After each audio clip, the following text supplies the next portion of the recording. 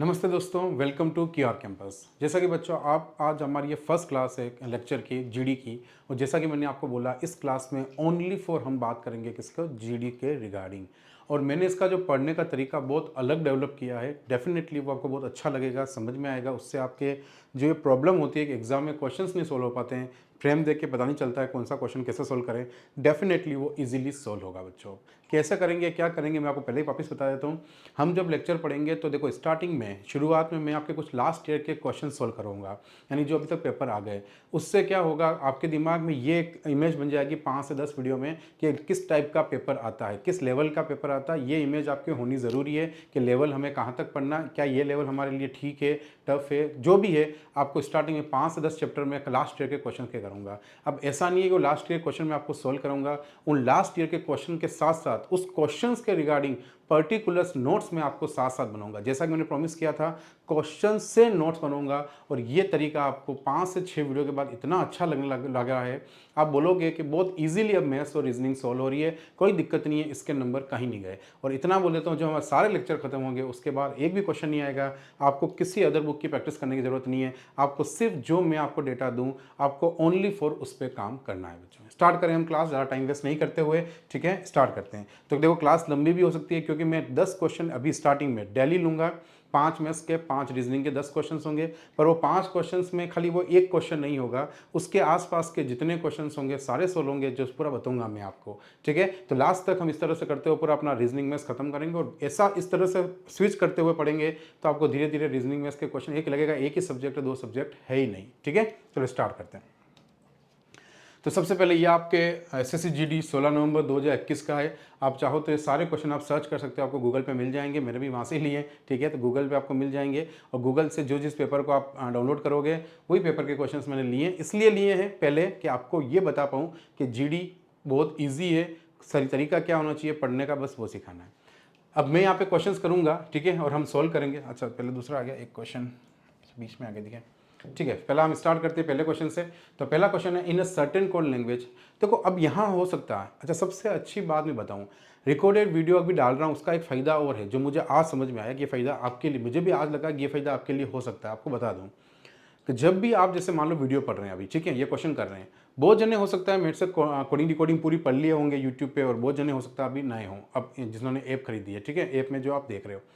तो जिन्होंने हो सकता है कि यूट्यूब पे चैप्टर मेरे से पढ़ लिया हो, तो मुझे एक बात बताता हूँ मैं आपको, अगर आपने ये चैप्टर पढ़ लिया है तो हो सकता है मैं इसके पीछे के जो बेसिक बताऊंगा वो आप किसी भी क्वेश्चन के अकॉर्डिंग, अगर आपको बेसिक पता है, आपको उसका नॉलेज अच्छा है, तो आप क्या करोगे, उस समय वीडियो को स्किप करके आगे निकल सकते हो। तो ये सबसे अच्छी बात है कि अगर आपको कोई मैं ऐसी बात बता रहा हूँ जो आपको ऑलरेडी मैंने बता रखी है, या ऑलरेडी आपने पहले वीडियोज़ में देख रखी है यूट्यूब पर, या कुछ भी ऐसी बात, लेकिन मैं ये यहाँ पे मैं ये सोच के पढ़ूंगा, इस ऐप पे हो सकता है किसी बच्चे ने पहली बार डायरेक्ट परचेस किया, यूट्यूब पे मेरे वीडियो नहीं देखे हो, क्लियर है, ये सोच के मैं पढ़ूंगा, ठीक है। तो यहाँ पे मैं कुछ भी सिखाऊं, अगर आपको लगे कि आपने पढ़ा हुआ, आपको रिपीट करने की जरूरत नहीं है, आप स्किप करके, क्योंकि रिकॉर्डेड है, आप स्किप करके आगे निकल के आगे पढ़ सकते हैं, ठीक है बेटा, ये आपके हाथ में है। बट आपको बोर होने की जरूरत नहीं है कि नहीं मैं तो बोर हो रहा हूँ सर, वापिस क्यों पढ़ा रहे, मैं तो आता है, ऐसा आपको अब सोचना ही नहीं है, ठीक है। तो मैं यही सोच रहा था कि मैं ज़्यादा डीपली पढ़ूंगा, मान लो हर क्वेश्चन के साथ, मैं सोच रहा था इस बात को। फिर मुझे लगा यार किसी बच्चे को अगर आता होगा तो बोर होगा, फिर मैं सोचा था वीडियो है, लाइव क्लास तो है नहीं, लाइव क्लास तो आगे नहीं कर सकता है, रिकॉर्डेड वीडियो को तो वो आगे कर सकता है। इसलिए आपके रिकॉर्डेड वीडियो का सेशन मुझे को लग रहा है बहुत अच्छा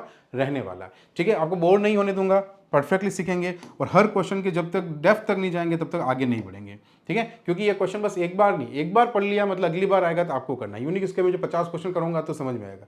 हर क्वेश्चन के साथ यही करूंगा, एक क्वेश्चन का ऑपरेशन कर देंगे, इतना अच्छे से कर लेंगे, उस टाइप के क्वेश्चन देखते ही आप कर लोगे, इसका आंसर ही होगा, ठीक है। चलो स्टार्ट करते हैं।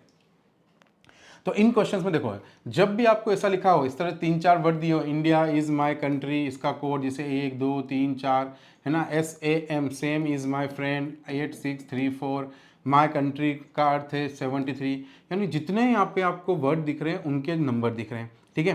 तो अब देखो यहाँ पे आपको देखो टीम इंडिया का 59 और पूछ रहा है कंट्री का कोड क्या होगा। ये आपके SSC GD 2021 में आपका क्वेश्चन आया था। अब मैंने आपको हमेशा, अगर आपने नहीं देखी है क्लास में, आपको बता देता हूँ, है ना। अब मैं क्लास की बात नहीं करूँगा, मुझे जो बताना है मैं पूरा बताऊँगा, चाहे आपने देखा हो चाहे नहीं देखा हो, ठीक है, क्लियर है। वंस अगेन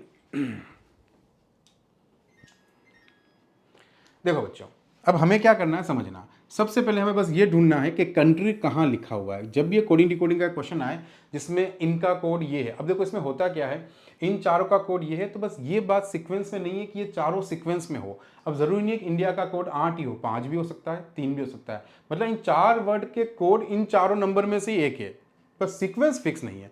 हो सकता है 3 का कोड इंडिया हो, हमें नहीं पता, पर होगा इनमें ही, ये कंफर्म है। ठीक है, अब ढूंढते कैसे समझना। जैसे देखो, अब आपके एग्जाम में क्या होगा, आपका तो ऑनलाइन है, सीबीटी होगा, यानी कि कंप्यूटर बेस्ड टेस्ट होगा।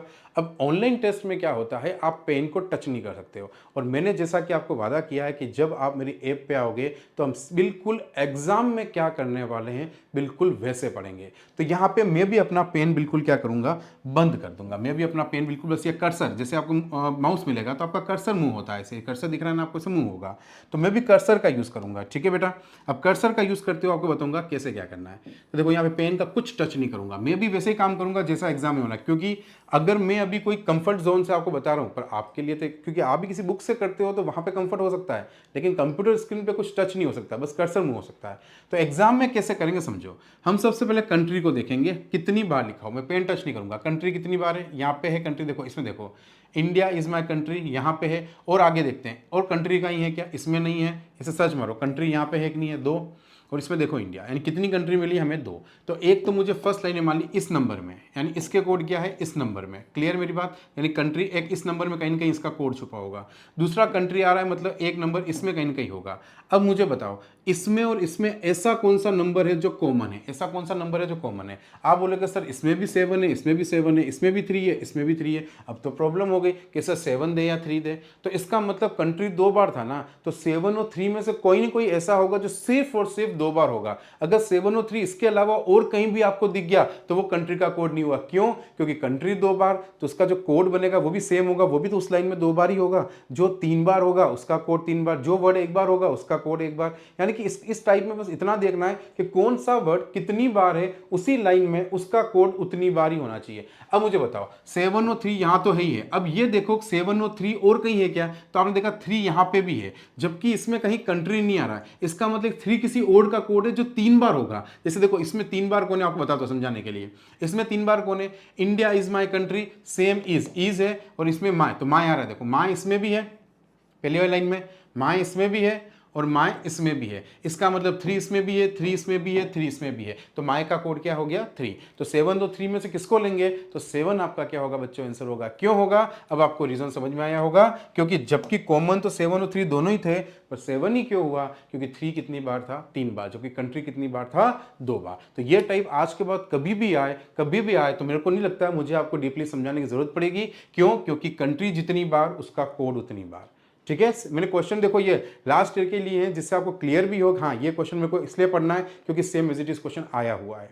ठीक है, और 2021 में आया, तभी तो 2025 का पेपर वापस आ भी सकता है। इस मैं नहीं कहूँगा ये क्वेश्चन आएगा, मेरा काम है आपको पूरी रीजनिंग पूरी मैथ्स पढ़ानी, पर तरीका मेरा चेंज होगा। मैं कोई लेक्चर वाइज आपको पूरा कोडिंग डिकोडिंग अल्फाबेट टेस्ट ऐसे पूरा चैप्टर वाइज मैं वापस बोल रहा हूँ, मैं आपको नहीं पढ़ूंगा। अगर आपको पैसे रिफंड चाहिए तो आप मुझे बोल देना, मैं आपको पैसे रिफंड कर दूंगा, मुझे मैसेज कर देना। ठीक है, क्लियर है मेरी बात। आप 4-5 लेक्चर देखो, अगर आपको नहीं समझ में आ रहा ये तरीका तो आप मुझे बोल देना, मैं आपको रिफंड कर दूंगा, मुझे कोई परवाह नहीं। बस इस बेस पे मैं उसी को रखूंगा जिसको सोच के आया कि मेरे पे भरोसा करके कि इसका सिलेक्शन होगा। ठीक है बच्चों, तो देखो नेक्स्ट, यहाँ आपको समझ में आया, नेक्स्ट देखना।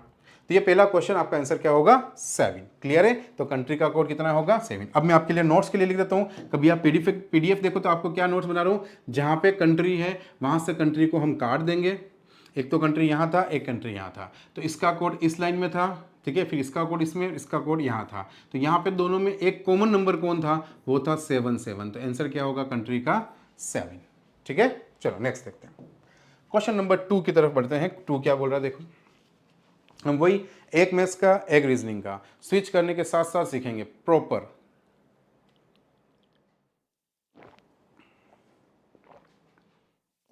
देखो नेक्स्ट क्वेश्चन है मैथ्स का। 30 मीटर जूट बेचकर, है ना, एक दुकानदार ने 12 मीटर जूट के विक्रय मूल्य के बराबर राशि का लाभ होता है, तो लाभ प्रतिशत ज्ञात कीजिए। अब मेरी बात सुनना बच्चों, सबसे पहले तो एक बात बताइए, लाभ जो होता है यानी प्रॉफिट, लाभ जो होता है यानी कि प्रॉफिट परसेंटेज कैसे निकलेगा, पहले हम इसका फॉर्मूला लिख के फिर समझाता हूँ। मैं यहाँ पे क्या बोल रहा हूँ, मैं पूरी चीज़ समझाऊंगा, चाहे आपको आती हो आप स्किप मार लेना, अगर आपको आता है तो। कॉस्ट प्राइस इंटू 100, मतलब मेरा टारगेट ये है कि मैं आपको जो पढ़ूं बस एक बार पढ़ो, अगली बार जब भी इस टाइप का क्वेश्चन है मुझे वापस आपको नहीं समझाना पड़ेगा कि मैंने क्या किया, आप पूरा प्रॉपर नोट्स इसके लिख सको। अभी इस क्वेश्चन पे बेस्ड आपको क्या क्या चाहिए, इस क्वेश्चन में बेस्ड एक तो आपको चाहिए लाभ का फॉर्मूला, लाभ अपॉन क्रय मूल्य इंटू 100, ये आपको चाहिए, ठीक है। अब ये फॉर्मूला कैसे बना समझते हैं, पहले फॉर्मूला बताता हूँ। जैसे मान लो आप 300 रुपये का कोई शर्ट लेके आए, ठीक है, 200 रुपये में मुझे बेचा, तो आपने कॉस्ट कितनी लगाई उसकी, क्रय मूल्य। इस देखो इस भाषा में प्रॉफिट एंड लॉस में खरीदने को क्या बोलते हैं, क्रय मूल्य, यानी कि कॉस्ट प्राइस, ठीक है। सारी चीजें आपको ये सोच के सीखना, कुछ भी नहीं पढ़ा है, पहली बार पढ़ रहे हो, ये सोच के पढ़ोगे तो मजा भी आएगा। तो कॉस्ट प्राइस का मतलब होता है खरीदना, सीपी, जिसको शॉर्ट में बोलते हैं सीपी, क्रय मूल्य। क्रय मूल्य का मतलब खरीद का, खरीद मैं आपको बोल रहा हूँ 300 रुपये में खरीद के लाए, आपने मुझे 500 रुपये में बेच दिए, कितना प्रॉफिट कमाया आपने, कितना प्रॉफिट कमाया, 200 रुपये का। अब मुझे बताओ क्या वो 300 रुपये नहीं लगाते तो क्या 200 रुपये कमा पाते। तो हमारे स्कूल में जब 500 नंबर का पेपर होता है, 500 नंबर का, और उसमें से 300 नंबर आते तो आप 300 ऊपर लिखते हो परसेंटेज निकालने के लिए, इंटू क्या करते हो 100, 500 में से 300 नंबर इंटू 100 करते थे, यानी कि ये नंबर थे तो फिर ये उसमें से आए, 500 में से इतने निकले, तो बताओ इसके 100 पे कितने, मतलब 100 पे कितना, ये निकालना। अब मुझे बताओ मेरा पैसा मैंने लगाया 300 रुपये, ये लगाया तभी तो मैंने इसको 500 बेच के 200 कमाए, ये प्रॉफिट कमाया। तो ये 200 किसकी वजह से आया, 300 की वजह से। 300 लगाता ही नहीं तो 200 आता ही नहीं। यानी कभी भी जो चीज़ निकलती है किसी से वो हमेशा ऊपर, जैसे हमारा एग्जाम स्कूल का याद रखो, 500 में से 300 नंबर आते हैं, 300 नंबर ऊपर, तो जो आता है वो ऊपर, जिसमें से आता है वो नीचे, और इंटू 100 करने से क्या बन जाएगा, परसेंटेज। क्लियर है, 100 पे देखने के लिए क्या बन जाएगा, परसेंटेज। तो यहाँ पे बात बताओ, कोई भी चीज़ आप पैसा लगाओगे तो ही तो उस पर प्रॉफिट कमाओगे, इस पे इतना कमाए तो ये फॉर्मूला बन गया। देखो ये क्रय मूल्य था, 300 रुपये आपने लगाए थे, 200 रुपये कमाए थे, इंटू 100, तो प्रॉफिट अपॉन क्रय मूल्य इंटू 100 हुआ कि नहीं हुआ। तो इस वाले क्वेश्चन के लिए एक तो आपको ये फॉर्मूला दिमाग में होना चाहिए, हमेशा एक याद रखना, नीचे हमेशा कॉस्ट प्राइस होगी, क्रय मूल्य होगा, खरीदने की विक्रय मूल्य नहीं आएगा, ठीक है। जब भी पैसों की बात होगी, ध्यान सुनना मेरे वर्डिंग को, जब भी कोई बार पैसों में लेन देन होता है उस केस में हमेशा नीचे क्या आता है बेटा, नीचे हमेशा क्रय मूल्य यानी खरीदने की वैल्यू आएगी बच्चों। अब सुनना, अब ऐसे क्वेश्चन में हम क्या कर, देखना इधर देखना, हमें चाहिए क्रय मूल्य, हमारे नीचे पैसों की जरूरत है, हमें चाहिए प्रॉफिट, पैसों की जरूरत है। यहां पे क्या लिखा हुआ देखते हैं, 36 मीटर जूट को बेचकर एक दुकानदार को 12 मीटर जूट के विक्रय मूल्य के बराबर राशि का लाभ हुआ। अब मुझे बताओ, इसमें कहीं भी पैसा मेंशन नहीं किया, उसने बोला मैंने 36 मीटर जो जूट बेचा, उसने पैसा नहीं बताया कि उसके कितने पैसे आए, या उसने ये नहीं बताया कि मुझे है ना बेचने पर इतने रुपए का लाभ हुआ, रुपए में कुछ नहीं बोला, उसने इन खाली जूट में ही बात की, मतलब सामान में ही बात की, उसकी क्वांटिटी में ही बात की। तो हमें क्या करना होगा, उस क्वांटिटी को हमेशा पहले पैसों में चेंज करना होगा। क्यों, क्योंकि मुझे तो यहाँ पे पैसे चाहिए ना, नीचे क्रय मूल्य लाभ, तो हम पैसों में चेंज करने के लिए हमेशा क्या करेंगे, सुनना, जो भी पहली लाइन में लिखा होगा 36 मीटर जूट को क्या बेचकर, क्या सेलिंग प्राइस, इसको क्या बोलते हैं, सेलिंग प्राइस। बेचने को क्या बोलते हैं, सेलिंग, सेलिंग यानी कि सेलिंग प्राइस, बेचना, कीमत, ठीक है, जो बेचने की कीमत। तो जो भी पहली लाइन में ऐसे क्वेश्चन में दे रखा होगा 36 मीटर जूट को बेचकर, तो हम सबसे पहले सेलिंग प्राइस को मानेंगे 1 रुपया, कुछ भी मान सकते हो, जरूरी नहीं है 1 रुपया 2 रुपया, तुम्हारी मर्जी हो जो मानो, उससे कोई फर्क नहीं पड़ता है, ठीक है। तो विक्रय मूल्य जो होगा, क्योंकि उसने विक्रय मूल्य बोला ना बेचकर, तो सबसे पहले हमें विक्रय मूल्य को पैसे में, हम सोचेंगे कि उसने 36 मीटर बेचा ना, हम सोचेंगे 1 मीटर का, 36 मीटर, तो हम बोलेंगे 1 मीटर को उसने 1 रुपये में बेचा, कितने रुपए में, ये सबसे पहला काम करेंगे। यहाँ पे बोलता, कुछ भी बोल देता है यहाँ पे, कुछ भी, कि 20 पुस्तकों को बेचने पर है ना इतने रुपए की लाभ, पुस्तकें वर्ड को रहा 20, तो हम एक पुस्तक की कीमत 1 रुपया मानेंगे।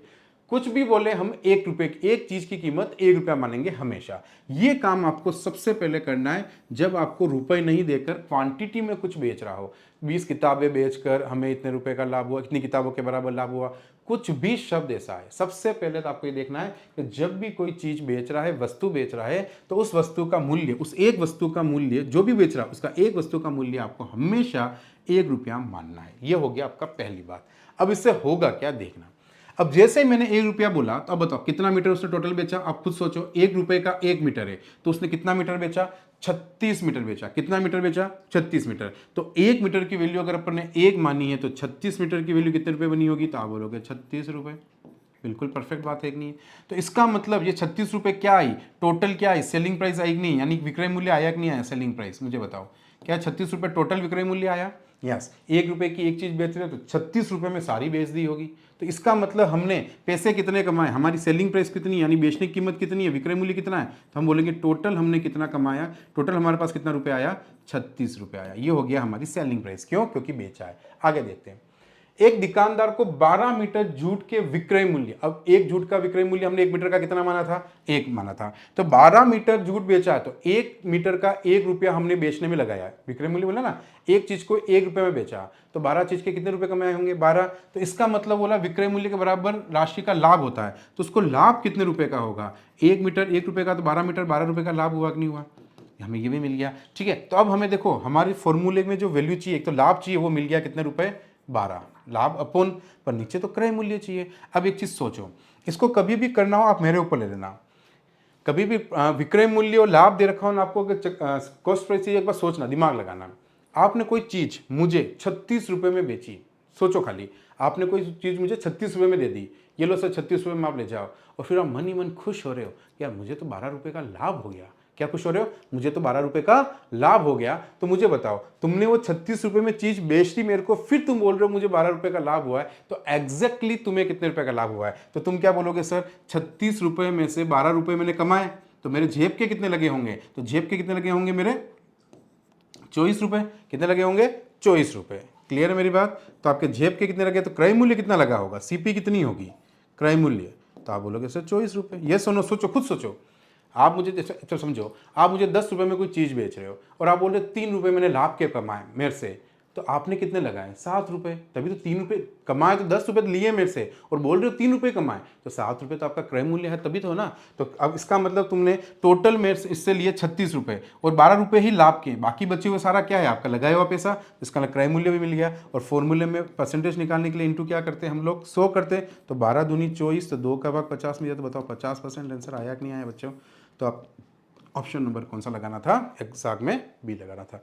तो इसमें यहाँ पे देखो, अब इस मैंने आपको क्या बोला है, जैसा मैंने प्रॉमिस किया, हर क्वेश्चन के डेटा के हिसाब से हमें सिखाऊंगा, जिससे अगली बार कभी भी ऐसा क्वेश्चन आएगा ना, तो आपको ये याद करने की जरूरत नहीं है, आपको अब ये दिमाग में रखना है कि क्वेश्चन की लाइन में क्या दे रखा है, मुझे वैसे सोचना है, और मैं आपको ऐसे ही पढ़ना सिखाऊंगा, जिससे आपको देखना थोड़े दिन बाद, अब जब चैप्टर ये कुछ कंप्लीट होंगे, वीडियोस 15 20 30 वीडियोस जब कंप्लीट होंगे, फिर मैं आपके टेस्ट ले रहा हूँ ना, तब आपको फीलिंग आएगी यस अब समझ में आ रहा है, क्योंकि ये चीज़ मैंने प्रैक्टिकल में लाइफ में जी हुई है कि इससे क्वेश्चन बहुत जल्दी समझ में आते हैं। क्लियर है, तो इसको अच्छे से देखना है, कोई चीज़ नहीं समझ में आए तो रिपीट करना है, चीज़ों को रिपीट करके नोट्स बना के याद करनी है। अच्छा सेटअप बोल रखा है, कभी पैसे नहीं दे रखे हों, कोई चीज़ बेच रहा हो और वस्तु के बराबर कुछ भी बात बोल रहा है कि इसके वस्तु के बराबर क्रय मूल्य, ये बोलता 36 वस्तुओं के क्रय मूल्य, ऐसा कुछ बोलता, तो 1 रुपया क्रय मूल्य का मान लेते हैं कि एक वस्तु का क्रय मूल्य कितना, 1 रुपया, यानी जो चीज़ यहाँ करेगा उसका रुपया 1 मानना, वो बेचेगा तो बेचने की कीमत 1 रुपये 1 सामान की, और खरीदेगा तो खरीदने की कीमत 1 रुपये, जो वो बोलेगा वो हम करेंगे। ठीक है, और मैं आपको सारे क्वेश्चन करूंगा फ्यूचर में, ये मत सोचना आगे टाइम में खरीदने पे भी आएंगे, बट पहले मैं वो करा रहा हूँ जो एक बार आपके एग्जाम में आए हुए हैं, जिससे एक बार आपको पेपर का स्टैंडर्ड पता चले कि हमें किस लेवल की तैयारी करनी है। ठीक है, चलो नेक्स्ट क्वेश्चन देखते हैं। ये है आपका ऑफिस ब्लड रिलेशन, और ये सब आप सर्च कर सकते हो, एक भी क्वेश्चन ऐसा नहीं है जो मैंने मन मर्जी से लिया, डेटा तक वही है, सब कुछ वही है।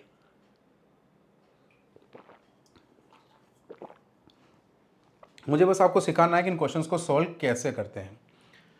चलो बच्चों, ये है अपना रीजनिंग का नेक्स्ट क्वेश्चन। देखो इधर, ये होता है बेटा किस पे, कोड पे। किस पे डिपेंड होता है बेटा, कोड पे। और ये आजकल पता नहीं बहुत ट्रेंड में है, ये यही नहीं, ये आप स्टेट गवर्नमेंट के एग्जाम दो वहाँ पे भी ट्रेंड में चल रहा है, यहाँ पे भी ट्रेंड में चल रहा है। तो ये वाला जो टाइप है हमें बहुत अच्छे से पढ़ना है। कैसे पढ़ना है समझो।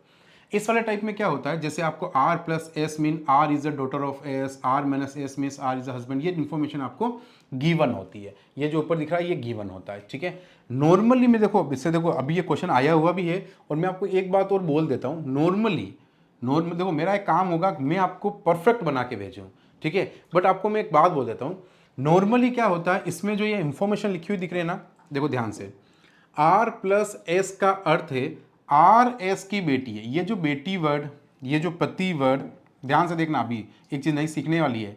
ठीक है, बेटी वर्ड, पति वर्ड, भाई वर्ड, इस लाइन में किसके लिए है, तो आप बोलोगे R एस की बेटी है, मतलब इस बेटी कौन कह रहा, R एस की बेटी या एस R की बेटी है, तो आपके हिसाब से R एस की बेटी है, तो ये बेटी शब्द R के लिए आया कि नहीं आया, ये पति शब्द R के लिए आया कि नहीं आया, ये भाई शब्द R के लिए आया कि नहीं आया।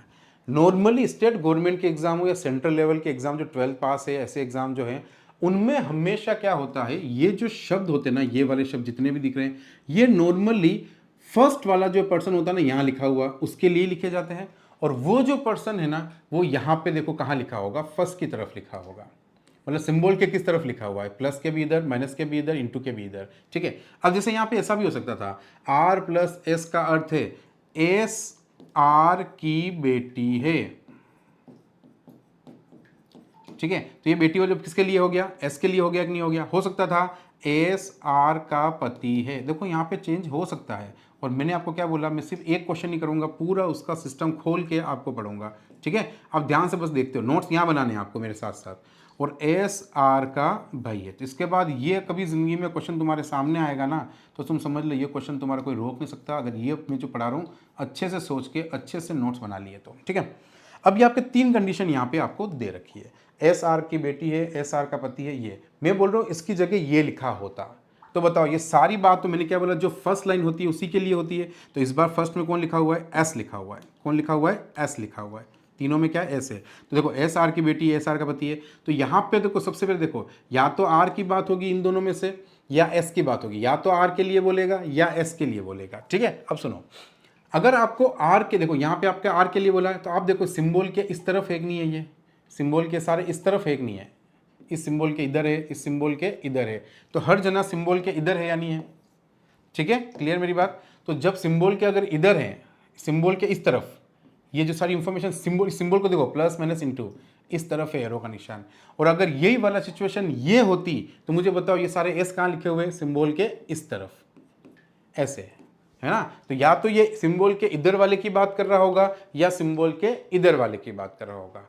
नॉर्मली क्या होता है, नॉर्मली ये वाला केस, यानी कि इधर की सिंबल के इस साइड जो लिखे होते हैं, ज़्यादातर एग्जाम में अगर देखोगे आरपीएससी या सेंट्रल गवर्नमेंट के जो 12 बेस के जितने भी एग्जाम हैं, उसमें सब में ही ज़्यादातर क्या 99 से ज़्यादा % बता सकता हूँ, उनमें यही आता है कि उसमें हमेशा ये जो वर्ड होंगे ना फर्स्ट वाले, वो हमेशा सिंबल के इस तरफ वाले के लिए होंगे नॉर्मली। देखो यहाँ पे अगर बात करें तो एस की बात है, वो सारे बात इधर लिखे होंगे, सिंबल के इस तरफ वाले, ठीक है, सिंबल के इस तरफ है अगर एस की बात हो रही है। पर इसके चांसेस 1% से भी कम होते हैं कि ऐसा कभी लिखे, यानी जो इधर लिखा हो उसकी बात पहले लिखी हो।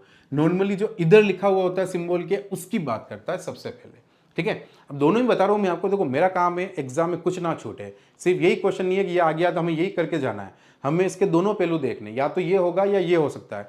उसके चांसेस कम होते हैं, इस केस में इसी के ज़्यादा होते हैं, लेकिन तो भी हम दोनों सीख के जाएंगे। अब बस आपको करना क्या है, मेरी बात ध्यान से सुनना। अब ये तो आपने देखा क्या बोला मैंने कि इधर जो लाइन है वो इधर लिखी हुई है, या यहाँ पे जो लिखा हुआ इधर का, बस ये सबसे पहले देख लिया। अब सुनना, अब मुझे क्वेश्चन करना है t into v plus z, मुझे इस क्वेश्चन का आंसर देना है। ये मुझे एक्सप्रेशन देगा, यदि t into v plus z है तो निम्नलिखित में से कौन सा विकल्प सत्य है, ये आपका क्वेश्चन है। अब देखो मुझे ऑप्शन में ये देखो कि किस किस के बारे में इंफॉर्मेशन, पहला ऑप्शन किसके बारे में, टी और जेड के बारे में। तो आपको कुछ नहीं करना है, टी और जेड देखना है कहाँ लिखा हुआ है, इसमें देख लिया। अब उसके बाद अब मेरी बात को ध्यान से सुनना, अगर ये सिंबल के इस तरफ वाली इंफॉर्मेशन है सारी, देखो आर की इंफॉर्मेशन मतलब सिंबल के इस तरफ वाली इंफॉर्मेशन है, तो आपको हर जना इधर से इधर आएगा, मतलब वो जेड स्टार्ट करेगा और वो टी तक आएगा, क्योंकि प्लस के लिए इधर चलना है, प्लस के इधर चलना है, माइनस के भी इधर आना है, इनटू के भी इधर आना है, तो हमें इधर चलना है।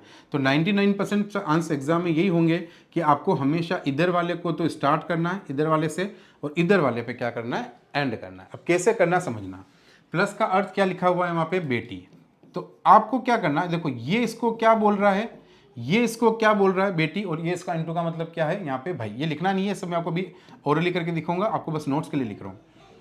आपको क्या करना है इस क्वेश्चन में, यहां से यहां बेटी और यहां से यहां भाई, पर आपको क्या करना है, यहां से स्टार्ट करना है।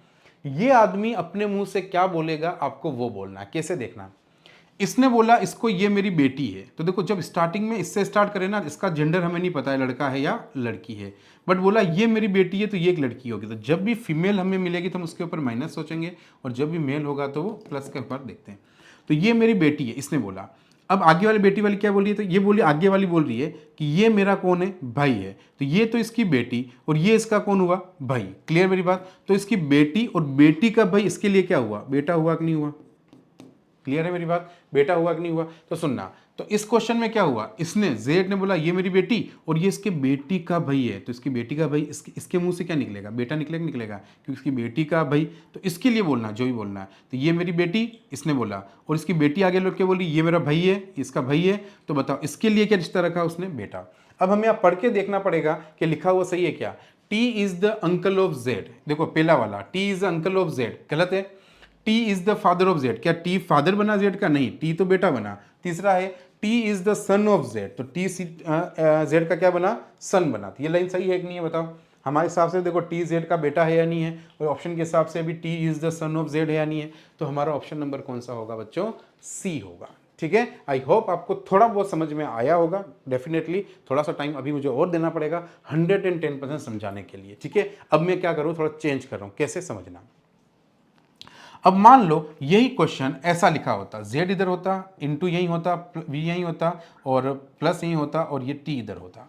ठीक है, ये इसके जगह ये लिखा होता, अभी समझ में आ जाएगा आपको, चिंता मत करो। z और t ऐसे लिखा होता। ठीक है, ये एक्सप्रेशन इसकी जगह ऐसा लिखा होता। हम क्या करते, हम देखो नॉर्मली वैसे आपको ये करने की जरूरत पड़ेगी नहीं, आपको ये करने की जरूरत पड़ेगी नहीं, लेकिन एक अच्छे स्टूडेंट की पहचान ये होती है वो बिल्कुल परफेक्ट हो, समझ जाए, उसके बाद करें तो ज़्यादा अच्छा होता है। तो आपको देखो नॉर्मली क्या करना है, आपको इस केस में हमेशा नॉर्मली क्या होगा एग्जाम में, जो भी राइट हैंड साइड, यानी कि हमें ऑप्शन के हिसाब से टी और जेड में निकालना था, तो हमें हमेशा राइट हैंड साइड आपका जो भी होगा, हमेशा राइट हैंड साइड, यही नॉर्मली होता हर एग्जाम में। तो नॉर्मली राइट हैंड साइड वाले से, हमेशा राइट हैंड साइड वाले से स्टार्ट करना है और वहां से आके यहाँ पे करना है, वहां से आके यहाँ पे आना है। अब प्लस का मतलब क्या था, प्लस का मतलब तो बेटी थी, तो इस बार टी ने बोला कि टू ये मेरी बेटी है, टी ने वी को क्या बोला, ये मेरी बेटी है, तो वी की ये बेटी है। और ये इंटू का मतलब क्या हो गया इसका, यहाँ पे मेरा भाई है, तो ये इसकी बेटी और बेटी का भाई है, तो इसके लिए क्या हुआ होगा, वापिस ये बेटा हुआ होगा। तो अब यहाँ पे ऑप्शन क्या बनेगा, जेड टी का बेटा है, तो जेड टी का बेटा कहीं लिखा हुआ होगा, तो वो हम सही करेंगे, जेड टी का बेटा है। क्या मेरी बात समझ में आ पाई? तो इस केस में फाइनली अगर मैं बात करूं तो एग्जाम में आपको क्या करना है, आप बस इतना सा याद रखना, इतना सा कि आपको राइट साइड से लेफ्ट साइड जाना है। कब जाना है नॉर्मली, जब यहाँ वाली जो फर्स्ट लाइन होना, अगर वो इस तरफ लिखी हुई है, बस यहाँ की फर्स्ट लाइन सिंबल के इस तरफ वाले की बात है, तो हमेशा आपका डायरेक्शन इधर से इधर चलेगा। हमेशा डायरेक्शन क्या चलेगा, इधर से इधर, राइट से लेफ्ट। ठीक है, कब, जब किसी सिंबल के इस तरफ कुछ भी आपका लिखी हुई डेटा का इंफॉर्मेशन वो इस तरफ लिखा हुआ है, किसी भी सिंबल के, तो राइट से लेफ्ट। और यही कंडीशन अगर यहाँ पे ये सारी एस लिखे होते, यहाँ पहले एस लिखे होते, तो एस तो इस तरफ लिखे हुए हैं, तो सिंबल के इस तरफ कोई भी लिखा होगा, सिंबल के इस तरफ, तो हमेशा लेफ्ट टू राइट। बस आपको ये ध्यान रखना है, जिधर लिखा हुआ है उधर आना है, इधर लिखा हुआ है तो इधर आना है, इधर लिखा हुआ है तो इधर जाना है। मतलब उस केस में अपन फिर टी से स्टार्ट करते और जेड पे जाते हैं। इसका मैं आगे जाके क्वेश्चन और लूंगा, ऐसा जबकि एग्जाम में आया नहीं होगा, पर मैं लूंगा, एग्जाम का नहीं, अलग से आगे जब मैं और पढ़ूंगा ना आपको, उसमें ऐसा क्वेश्चन लूंगा जिसमें यहाँ पे इंफॉर्मेशन इसकी आ रही होगी और उसका क्वेश्चन मैं सोल्व करूंगा, तब आपको और परफेक्ट समझ में आएगा कि मैं क्या बोल रहा हूँ। पर नॉर्मली एग्जाम में अगर अभी आप किसी SSGD की बुक सोल्व करोगे या किसी भी की बुक सोल्व करोगे, तो आपको नॉर्मली क्या मिलेगा, इधर से स्टार्ट करके इधर एंड किया हुआ। क्यों? क्योंकि उसमें सारी इंफॉर्मेशन हमेशा नॉर्मली जो एग्जाम में क्वेश्चन आते हैं उसमें यहाँ पे जो फर्स्ट होता है वो हमेशा इधर वाला ही होता है। ठीक है, यहाँ पे जो फर्स्ट होता है वो अगर इधर है तो हमेशा इधर जाना, इतना याद रखो। यहाँ पे जो, यहाँ में जो भी देखो, यहाँ कौन है फर्स्ट, वो इधर होगा या इधर। यहाँ पे सारा एस लिखा होता है तो वो इधर, तो हम बस इधर चलते हैं, यानी टी से जेड की तरफ चलते हैं। और कैसे बोलते देखना, ये बोलता इंटू का मतलब वही होता है, इंटू का मतलब है भाई, तो ये बोलता है ये मेरा भाई है, तो ये लड़का हो जाता, और ये इसके भाई की बेटी है तो ये इसकी भतीजी बन जाती, उल्टा रिलेशन बन जाता। टी जेड के लिए बोलता, फिर जेड और टी में कहां से जाते हैं, तो फिर टी से जेड जाते। कब जाते हैं, जब ये सारी इंफॉर्मेशन यहाँ पे एस की होती, मतलब यहाँ पे, मतलब एस का मतलब नहीं, ये आर यहाँ लिखा होता है, या तो ये सारे आर इधर, एस सारे इधर, तो इधर लिखे हुए होंगे तो ऐसे जाना है, बस करना कुछ, बोलना सेम है। ठीक है, बोलना सेम है। क्लियर बच्चों? तो कोई बात नहीं, नहीं भी समझ में आया आगे और आएगा डेफिनेटली, एक दो बार, दो तीन बार क्वेश्चन रिपीट होंगे, आप 100% समझ जाओगे। नेक्स्ट क्वेश्चन की तरफ चलते हैं। नेक्स्ट क्वेश्चन क्या है हमारा, देखो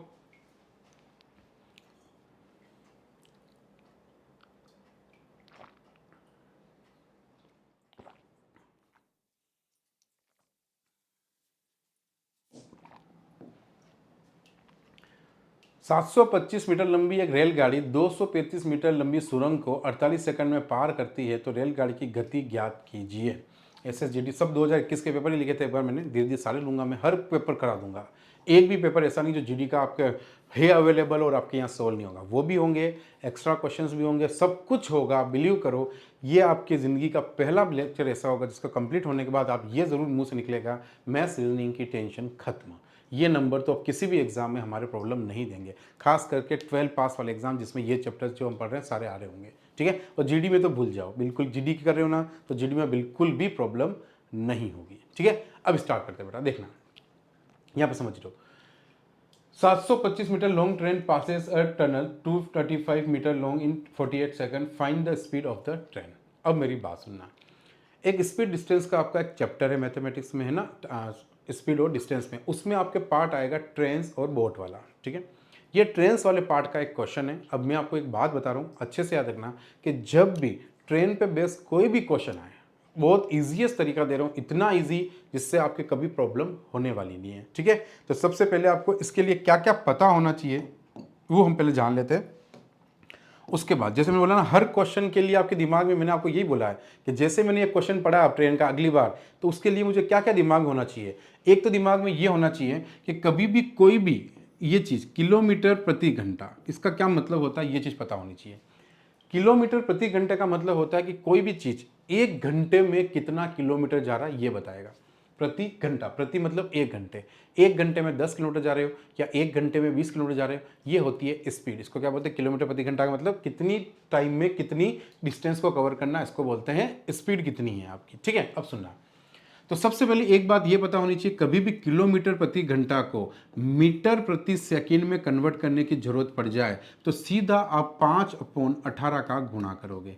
अब ये 5/18 कहाँ से आया, तो किलोमीटर का मतलब क्या होता है, तो आप बोलोगे सर 1000 मीटर। क्या होता है, 1000 मीटर। क्लियर है मेरी बात। और प्रति घंटे का आप क्या बोलोगे, इसके नीचे प्रति नीचे ये लगा दूं, प्रति आप घंटे के लिए क्या करोगे, सेकंड में है, तो एक घंटे में कितने सेकंड होते हैं, 3600 सेकंड होते हैं। कितने होते हैं, तो किलोमीटर मतलब 1 किलोमीटर मतलब 1000 मीटर, एक घंटा मतलब 3600 सेकंड, तो ये 1 किलोमीटर प्रति घंटे की स्पीड होती है, ठीक है।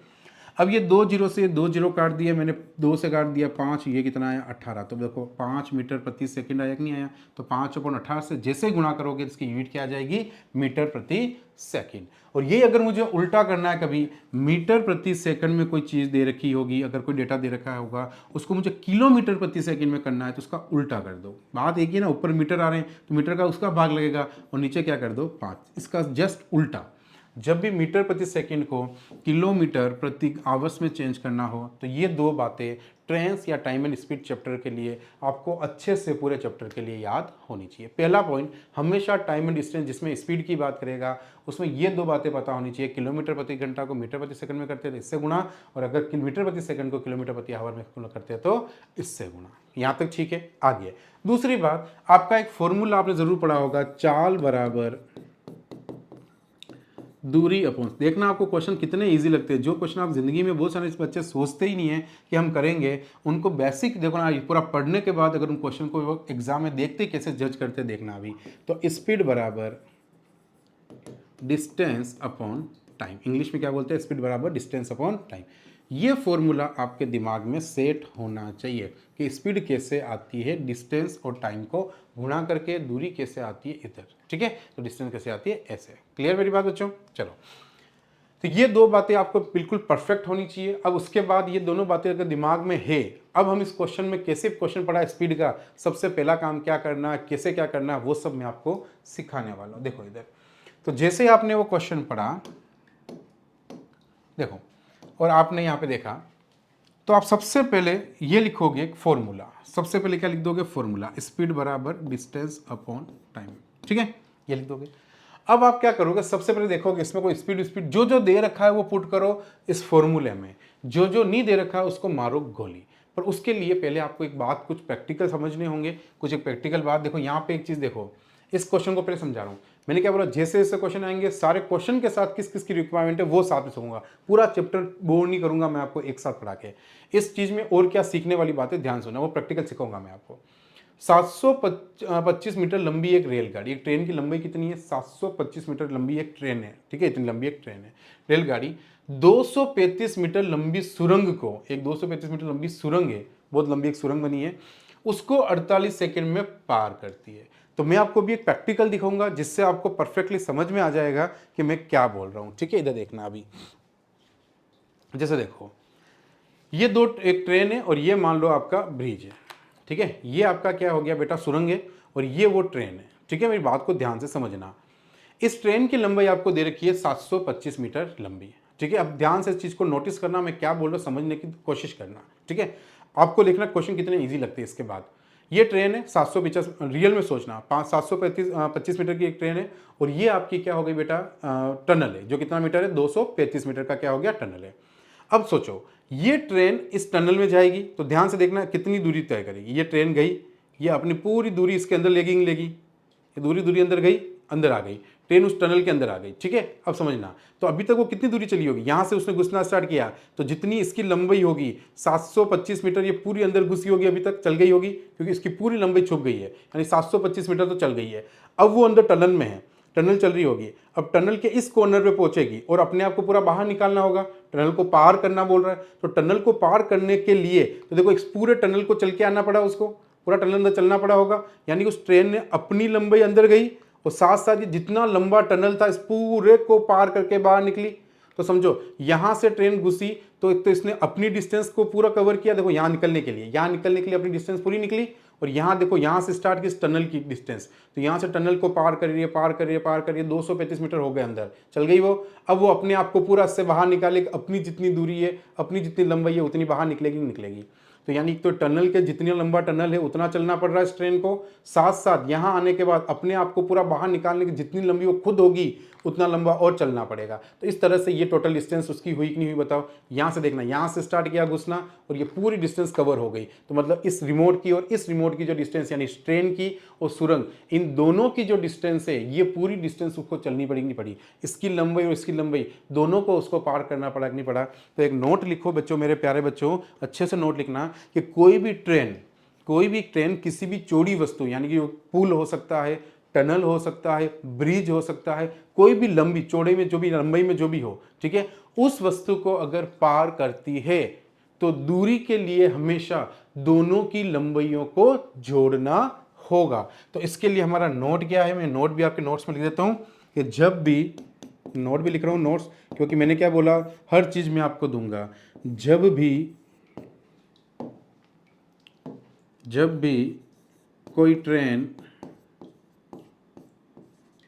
भी कोई ट्रेन किसी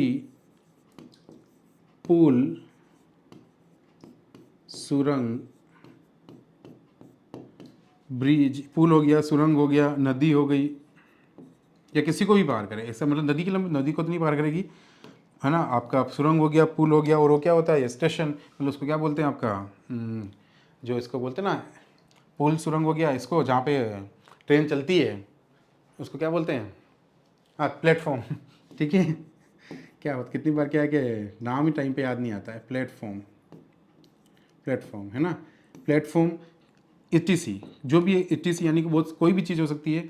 यदि ट्रेन किसी पुल, सुरंग, प्लेटफॉर्म को पार करती है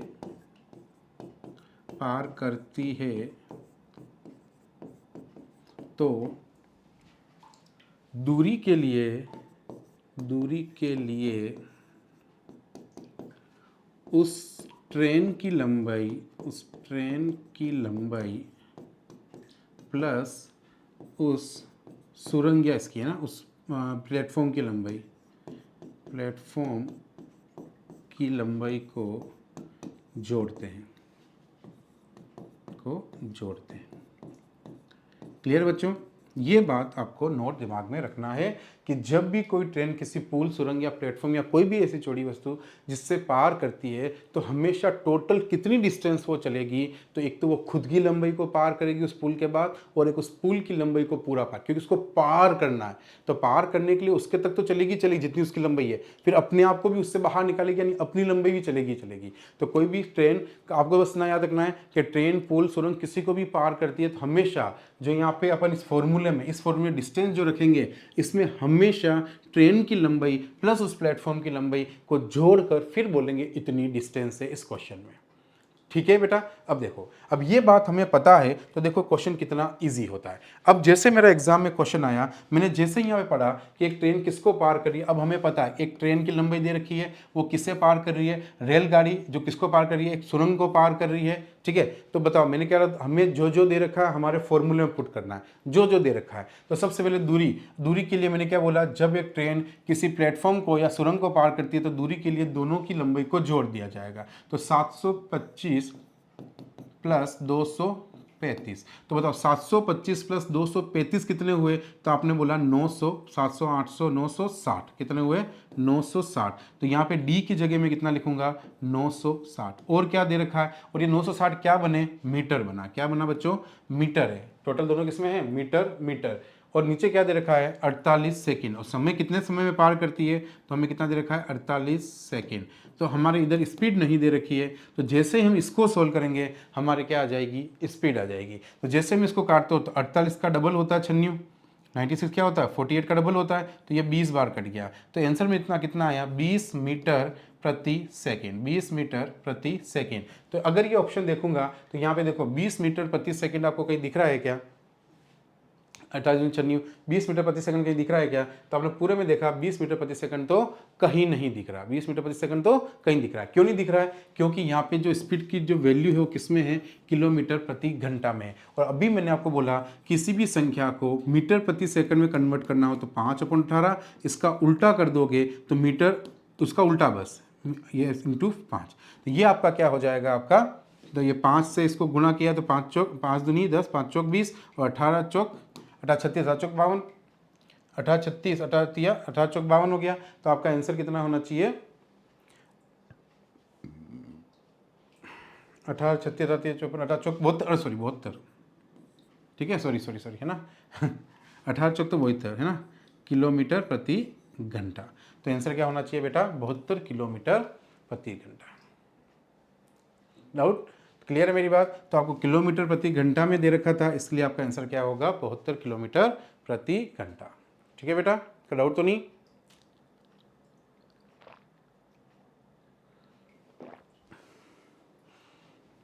तो हम क्या सीखे, जब भी कोई भी ट्रेन का क्वेश्चन आएगा एग्जाम में, जैसे ट्रेन का क्वेश्चन आएगा सबसे पहला काम हम फॉर्मूला लिखेंगे।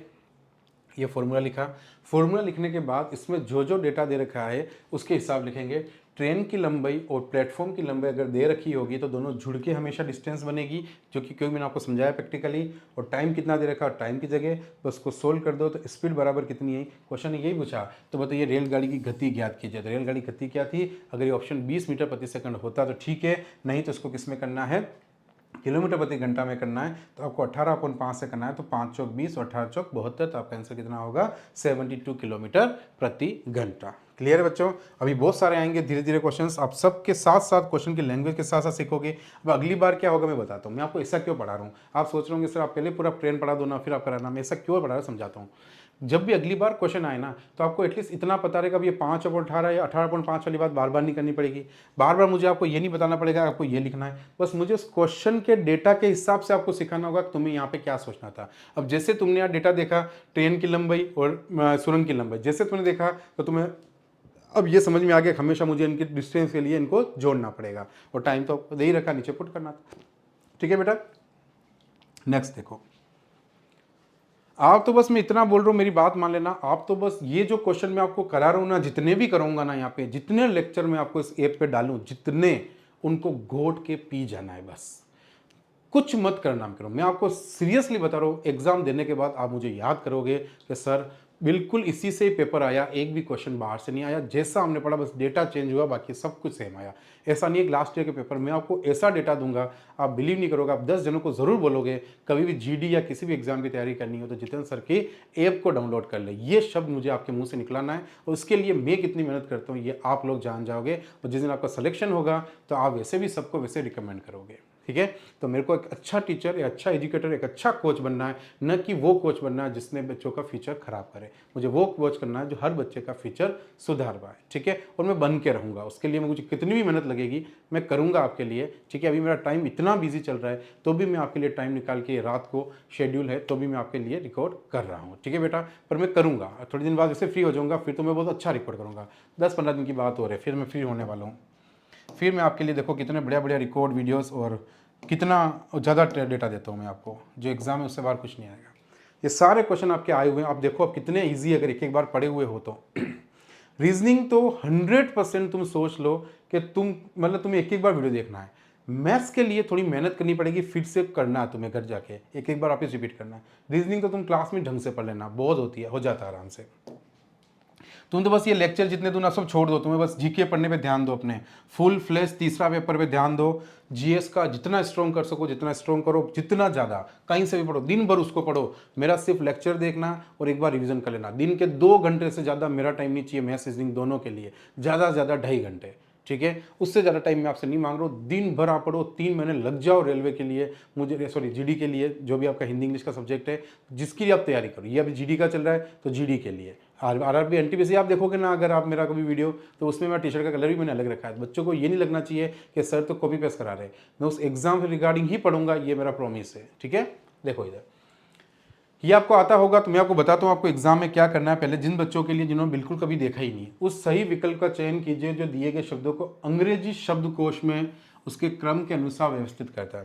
पहले बच्चों अंग्रेजी शब्दकोश होता क्या है, पहले इस बात समझना। अंग्रेजी शब्दकोश का मतलब होता है डिक्शनरी ऑर्डर।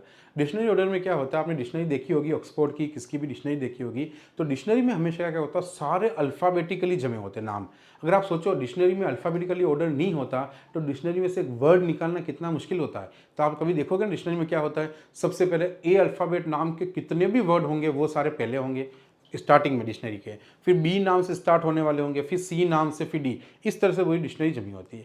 उसमें भी जैसे मान लो मुझे जे पे जाना था, पहले मैं इंडेक्स के जे पे चला गया, मेन हेडिंग जे होगी, चैप्टर का नाम जे, ये समझ लो। उसके अंदर जे नाम के जितने भी लेटर सब होंगे, और उसमें भी तो जे के तो बहुत सारे नाम है, उसमें भी वापिस जे, जो स्टार्टिंग लेटर तो जे जे जे जे होगा, पर उसका सेकेंड लेटर ए वाले पहले होंगे, फिर ए खत्म हो जाएंगे तो उसी लाइन में बीबी वाले होंगे, फिर आप सीसी वाले होंगे, फिर डीडी वाले होंगे। तो एक पहली लाइन में ए से लेकर जेड तक की पूरी सीक्वेंस होगी, फिर एक लाइन खत्म होगी, दूसरी लाइन में वापस ए से लेकर जेड तक की सीक्वेंस होगी। तो इस तरह से क्या होता है, हर लाइन में ए टू जेड की सीक्वेंस के हिसाब से जो लेटर पहले आता है वो लेटर क्या होता है, पहले होता है। अब कैसे होता है यहाँ फिर तो पहले मैं आपको पूरा क्वेश्चन समझा रहा हूँ, उसके बाद में एग्जाम में कैसे करना है इस क्वेश्चन को वो समझूंगा। तो पहले पूरा समझते हैं, पूरा आपको किस तरह से इसको हैंडल करना है बच्चों। देखो इधर, तो सबसे पहले आपको देखना है, देखो ये आपके 4 ऑप्शन, आपको ये पूछ रहा है कि व्यवस्थित करना है सबसे पहले कौन सा आएगा। तो मुझे आप बताओ, यहाँ पे पी आर सब में ही है। देखो पी आर इसमें भी है, पी आर इसमें भी है, पी आर इसमें भी है, पी आर इसमें भी है। तो हम नहीं कह पाएंगे कि पी और आर में पहले कौन सा, अल्फाबेटिकली सब पी आर ही है, तो कोई सा भी आप नहीं कह पा रहे हो पहले कौन सा है। लेकिन इसके बाद देखो यहाँ पे ई आ रहा है, यहाँ पे आई आ रहा है, यहाँ पे ई आ रहा है, यहाँ पे ई आ रहा है और यहाँ पे ई आ रहा है, ठीक है। तो इनमें से कौन छोटा है, तो इसको एग्जाम में कैसे करना चाहिए मैं आपको वो बताता हूँ। एग्जाम में करने के लिए आपको ऑप्शंस देखने चाहिए। ऑप्शंस में देखो सबसे पहले इस ऑप्शन में क्या आ रहा है, तो आपने बोला जल्दी कैसे करें, देखिए समझना, 4 आ रहा है, यहाँ पे क्या आ रहा है 5, यहाँ पे 5 ही आ रहा है, यहाँ पे 4 ही आ रहा है, मतलब 4 और 5 आए। कौन कौन से आए, 4 और 5। अब 4 और 5 तो वहाँ के रिपीट ही है। अब देखो आपको बस 4 और 5 को पकड़ना और किसी को नहीं देखना है। आप मुझे खाली इतना बताओ, इस 4 और 5 में सबसे पहले छोटा कौन है, बाकी छोड़ दो, बाकी होंगे ही नहीं, क्योंकि ऑप्शन में अगर स्टार्टिंग में 4 और 5 सबके आ रहा है तो 4 और 5 में से कोई ना कोई ऐसा होगा जो सबसे पहले आएगा। अब देखो 4 और 5 में कॉमन क्या है, तो पी आर ई दोनों में ही है, हम नहीं कह सकते पहले कौन आएगा बाद में कौन आएगा। पर इसके बाद क्या आ रहा है, देखो पी, इसके बाद क्या आ रहा है एम, तो पी और एम में छोटा कौन है, एम। तो यानी 5वें नंबर वाला जो है, जिस ऑप्शन में 5 नंबर सबसे पहले आ रहा है, इसका मतलब वो सबसे छोटा होगा, क्योंकि 4 और 5 से स्टार्ट हो रहे सारे ऑप्शन, तो इसका मतलब 5 नंबर जिसमें उस ऑप्शन को हमें रखना है, बाकी सारे ऑप्शन को हमें काट देना या देखना ही नहीं है। ये हो गया। अब हम देखेंगे दूसरा। अब दूसरा देखो, यहाँ पे 3 आ रहा है, यहाँ पे 4 आ रहा है, 5 5 तो दोनों को सेम था। अब तो अब 3 आ रहा है या 4, अब आप 3 और 4 में से छोटा ढूंढो कि 3 और 4 में छोटा कौन है। देखो इसमें पी आर ई लिखा हुआ है, इसमें पी आर ई, इसमें एस आ रहा है, इसमें पी आ रहा है, छोटा कौन है, एस छोटा होता है या पी पहले आता है अल्फाबेट में, तो सर पी 16 नंबर होता है, ये 19 नंबर होता है, तो पी पहले आता है, यानी 4 नंबर वाला आना चाहिए। तो इन दोनों में से जिस ऑप्शन में पहले 4 आ रहा हो वो सही होगा। बात समझ में ही। तो फिर आपके देखो अगला देखोगे तो फिर वो 3 होगा, 1 होगा, 2 होगा, इस तरह से आपको सारे देखने होते हैं। क्लियर मेरी बात। लेकिन अभी आपको खाली ऑप्शन से कैसे करना है आपको समझ में आया होगा। सबसे पहले लेटर पकड़ लो, उनमें जो है जो बच रहा है उसको काट दो, फिर दूसरे लेटर पकड़ो, उनमें जो सबसे छोटा है उसको पकड़ लो, फिर काट दो। इस तरह से आपके ऑप्शन पूरा चेक करने की जरूरत ही नहीं पड़ेगी और इस तरह से आपका आंसर हो जाएगा। अगर मैं आपको इसको पूरा करके दिखाऊं तो पूरा कैसे करते, देखो ये सीक्वेंस कैसे होती देखना। अगर आप सब में, अब पूरा मैं आपको के पास समझाने के लिए कर रहा हूँ, बाकी एग्जाम में कैसे करना था वो आपको समझ में आ गया। पूरा कैसे किया जाता है तो देखो इसको पूरा समझाता हूँ, जिससे हो सकता है किसी को ये अल्फ़ाबेट्स नहीं देखने और समझ में आ जाए। अब मुझे पता था 5 सबसे छोटा, देखना अभी P R E P R I P R E P R E P R E, सबसे छोटे तो पी आर ई आई और ई में तो ये तो हो गई नहीं, क्योंकि आई और ई में तो सबसे छोटा ई है। अब इन ई वाले में सबसे छोटा कौन है देखें, तो इसके बाद देखो एस आ रहा है, इस ई आई के बाद, इसके बाद तो देखना ही नहीं, ई के बाद इसमें भी एस आ रहा है, इसमें भी ई के बाद पी आ रहा है, इसमें देखो क्या आ रहा है एम। तो मुझे तो एम पी एस, और इस या तो देखना ही था ये एस में छोटा क्या एम है कि नहीं है, तो 5 नंबर वाला आया कि नहीं आया सबसे पहले, तो वो ऑलरेडी आपको क्यों देखना, ऑप्शन से वैसे ही कर लिया था, हमारा काम हो गया। समझ में आया। तो डिक्शनरी ऑर्डर का मतलब क्या होता है, अल्फाबेटिकली जो छोटा होगा वो पहले आएगा।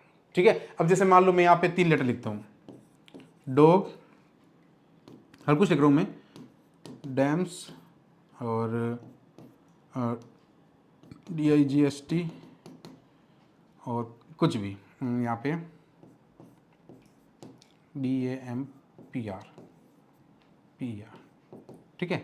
अब सुनो सबसे छोटा कौन है, अब समझो इसमें, तो डी से तो मैं कह ही नहीं पा रहा हूँ सबसे छोटा कौन है, पर इनमें देखूंगा। अब इनमें छोटा कौन है इसको देखो, तो यहाँ ए आ रहा है, ओ आ रहा है, आई आ रहा है, ए आ रहा है, तो ए छोटे है ना, तो डेफिनेटली श्योर हो गया इन दोनों में पहला और दूसरा होगा। अब इन दोनों में कौन पहला है कौन दूसरा है, तो एम पता नहीं चला। एस और पी में छोटा कौन है, पी, तो ये सबसे पहले, ये फिर सेकेंड नंबर पर आएगा। ठीक है। जैसे इसका नंबर लिखा होगा ना ABCD, तो कौन सा नंबर लिखा होगा 1 2 3 4, तो कौन सा सबसे पहले आएगा, ये सबसे पहले 1 नंबर पे आएगा, ये 2।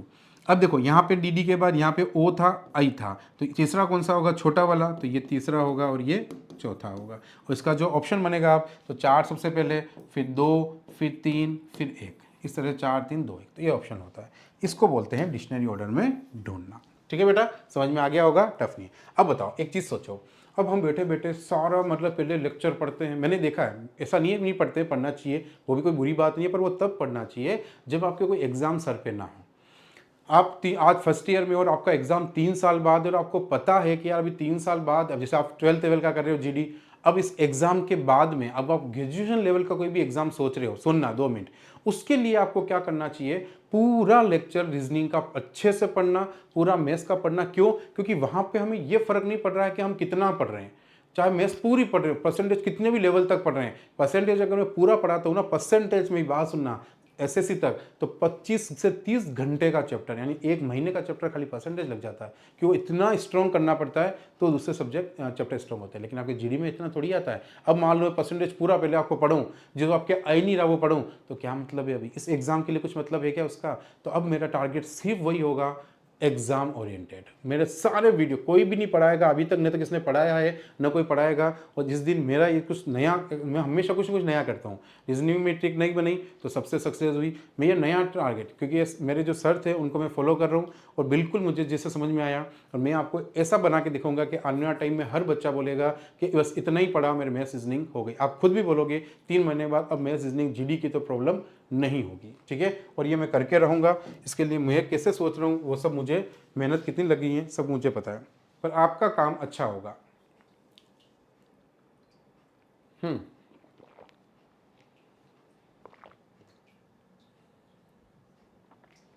नेक्स्ट देखिए बच्चों क्या बोल रहा है। मैंने क्या बोला, एक लेक्चर को हो सकता है 1 घंटे में, हो सकता है 2 घंटे में, हो सकता है 1.5 घंटे में, क्योंकि खाली लेक्चर के 10 क्वेश्चन नहीं है, इन 10 क्वेश्चन के पीछे बहुत सारी चीज़ें सीखते हुए 10 क्वेश्चन है। टाइम मत देखना, लेक्चर पूरा देखना, और अच्छे से पूरा यूनिक फास्ट स्पीड से करके देख रहे हो, जल्दी करने के चक्कर, दिन का 1 देखोगे, परफेक्ट देखते हुए नोट्स बनाओगे। आपको बस ये क्वेश्चन समझने हो, कुछ नहीं सोचना दिमाग में, नथिंग। आपको जो जो क्वेश्चन पढ़ते जा रहे हो उनको सीखना, बस ये आए कि नहीं आए, और कुछ नहीं सोचना आगे ऐसा आया तो क्या होगा, कुछ भी, ये आएगा तो क्या होगा, ये कुछ भी दिमाग में रखना है, बस क्वेश्चंस को देखना है। एक बल्लेबाज ने 124 रन बनाए, ठीक है, जिससे 6 चौके और 10 छक्के शामिल थे। क्वेश्चन को पढ़ना सीखो, ऑटोमेटिक आंसर आता है, घबराना नहीं।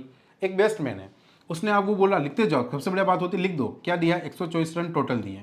तो टोटल कितने रन है उसके, 124 रन है, जिससे क्या होता है आपको पता चलता है, अच्छा ये डेटा इससे तो निकालना जो करना है। जिसमें 6 चौके, तो 6 तो उसने चौके झड़ दिए, यानी 6 रन, 6 चौके यानी 4 के हिसाब से 6 चौके 24 रन तो उसके चौकों से ही हो गए, और 10 छक्के मारे, चौके और 10 क्या मारे उसने, छक्के मारे। तो 6 कितने, 6 तो चौके मारे, 6 तो चौके मारे थे, और 10 क्या मारे, छक्के मारे। तो 10 छक्के मतलब 60 रन तो इसके हो गए, 10 छक्के मतलब, ठीक है। तो उसने 10 तो क्या हमारे छक्के, तो 6 क्या 10 छक्के मारे तो कितने हो गए 60 रन। तो उसने कुल रन कितने बनाए चौको छक्कों से, देखो। तो उसने अब कुछ पूछा क्या है, उसने अपने कुल स्कोर का कितना प्रतिशत विकेटों के बीच दौड़कर बनाया। देखो उसका कुल स्कोर का बोला है, तो कुल स्कोर कितना है 125, उसका कुल स्कोर कितना 125। उसमें से हमें किसका परसेंटेज निकालने बोल रहा है, हमें उसका निकालना है जो उसने रन दौड़ के बनाए। तो बताओ ये रन तो उसने क्या किया, यानी 84 रन तो उसने क्या बनाए, चौको छक्कों से बना लिए 84 रन। लेकिन उसने 125 में से अगर 84 रन उसने अगर चौको छक्कों से बनाए, तो बाकी इसका दौड़ के कितने बनाए होंगे, तो ये कितना बचा 1, और ये 12 में से 8 गया तो कितना बचा 4। 41 रन उसने क्या किए, 41 रन उसने दौड़ के बनाए। 6 चौके, हाँ तो 6 चौके 6 × 4 24 और 10 छक्के 10 × 60, 60 70 80 84 और 124 है, सॉरी 25 नहीं है। ओके बेटा कोई इशू नहीं, मैंने यहाँ पे 24 है, मैंने 125 लिख दिया, ठीक है। 125 रन बनाए थे टोटल, 124 बनाए थे, मैंने 125 लिख दिया, क्योंकि यहाँ पे मेरे को क्या आंसर थोड़ा सा डिस्टर्ब लगा, है ना। ऊपर क्या आ गया अपना प्राइम नंबर, तो ठीक है। तो ये कितना है 124, तो यहाँ पे 124 में से माइनस होगा, ठीक है। 4 में से 4 गए 0, तो ये कितना होगा 40, ठीक है। कितना नंबर होगा ऊपर 40 इंटू 100, परसेंटेज बनाना है ना, इंटू। तो बोला आपने टोटल नंबर में से उसके कितने परसेंट उसने रन के बीच में दौड़ के बनाए। तो चौके छक्के वाले हटा दिए, तो ये सारे उसने रन दौड़ के बनाए कि नहीं बनाए, तो ये दौड़ के बनाए। तो इसमें दौड़ के बनाए कितने 40, तो बस परसेंटेज निकालना है। तो 4 का भाग दे दो, 4 तेरी 12, 4 एकम 4, 4 दाए 40, तो 1000/31 आएगा, ठीक है। तो 1000, देखो सबके ऑप्शन नीचे 31 आ रहा है, तो परफेक्ट है हमारा, कहीं गलत नहीं है। 1000 में किसका भाग देना है 31 का भाग देना है। तो 31 की टेबल देखो बोलोगे, तो 31 टेबल 100 तक करोगे तो 3 बार जाएगी, तो 30 या 90, पहले 30 की बोलो, 30 या 90 और 1 जोड़ दो 93, तो 3 आना चाहिए ऑप्शन में सबसे आगे, सबके आगे। देखो इन दोनों के आगे था इन दोनों में से कोई एक है, तो 93 बचा कितना 7, तो 2 बार जाएगा 32 आना चाहिए, तो ये वाला आंसर हो रहा होगा 32 8/31। देखना अभी क्यों, क्योंकि देखो 7 बचा तो 31 दूनी 62, तो यहाँ कितना है यहाँ 62, तो बचा कितना 8, तो 32 से ही 8/31 आपका क्या होगा आंसर होगा, ठीक है। तो कितने रन दौड़कर रन बना, ये परसेंटेज गलत छप गया है, दौड़कर रन पूछा है, अच्छा परसेंटेज ही तो पूछा है ना, कितना परसेंट बनाया, सही है, ठीक है। तो उसने बोला कितना रन परसेंटेज में बनाए, तो परसेंटेज में अपना कितना आया, ये वाला आपका आंसर हो जाएगा 32 से ही 8/31। क्लियर बच्चों। तो देखो कुछ भी क्वेश्चन एग्जाम में आता है वो टफ नहीं होता है, उसकी लैंग्वेज को पढ़ना ही हमें सीखना है, और यही हम 2-3 महीने में भी सीखेंगे, ठीक है। 2-3 महीने में आपकी आप लेवल देखोगे, आप यार कोई भी क्वेश्चन आ रहा है पढ़ के आराम समझ पा रहे हैं, कोई प्रॉब्लम ही नहीं हो रहा है, ठीक है। नेक्स्ट ये आपका होगा बेटा सिलोजिज्म। मैं आपको 10 क्वेश्चन डेली जरूर करूंगा, चाहे उसके लिए कितने भी घंटे लगे।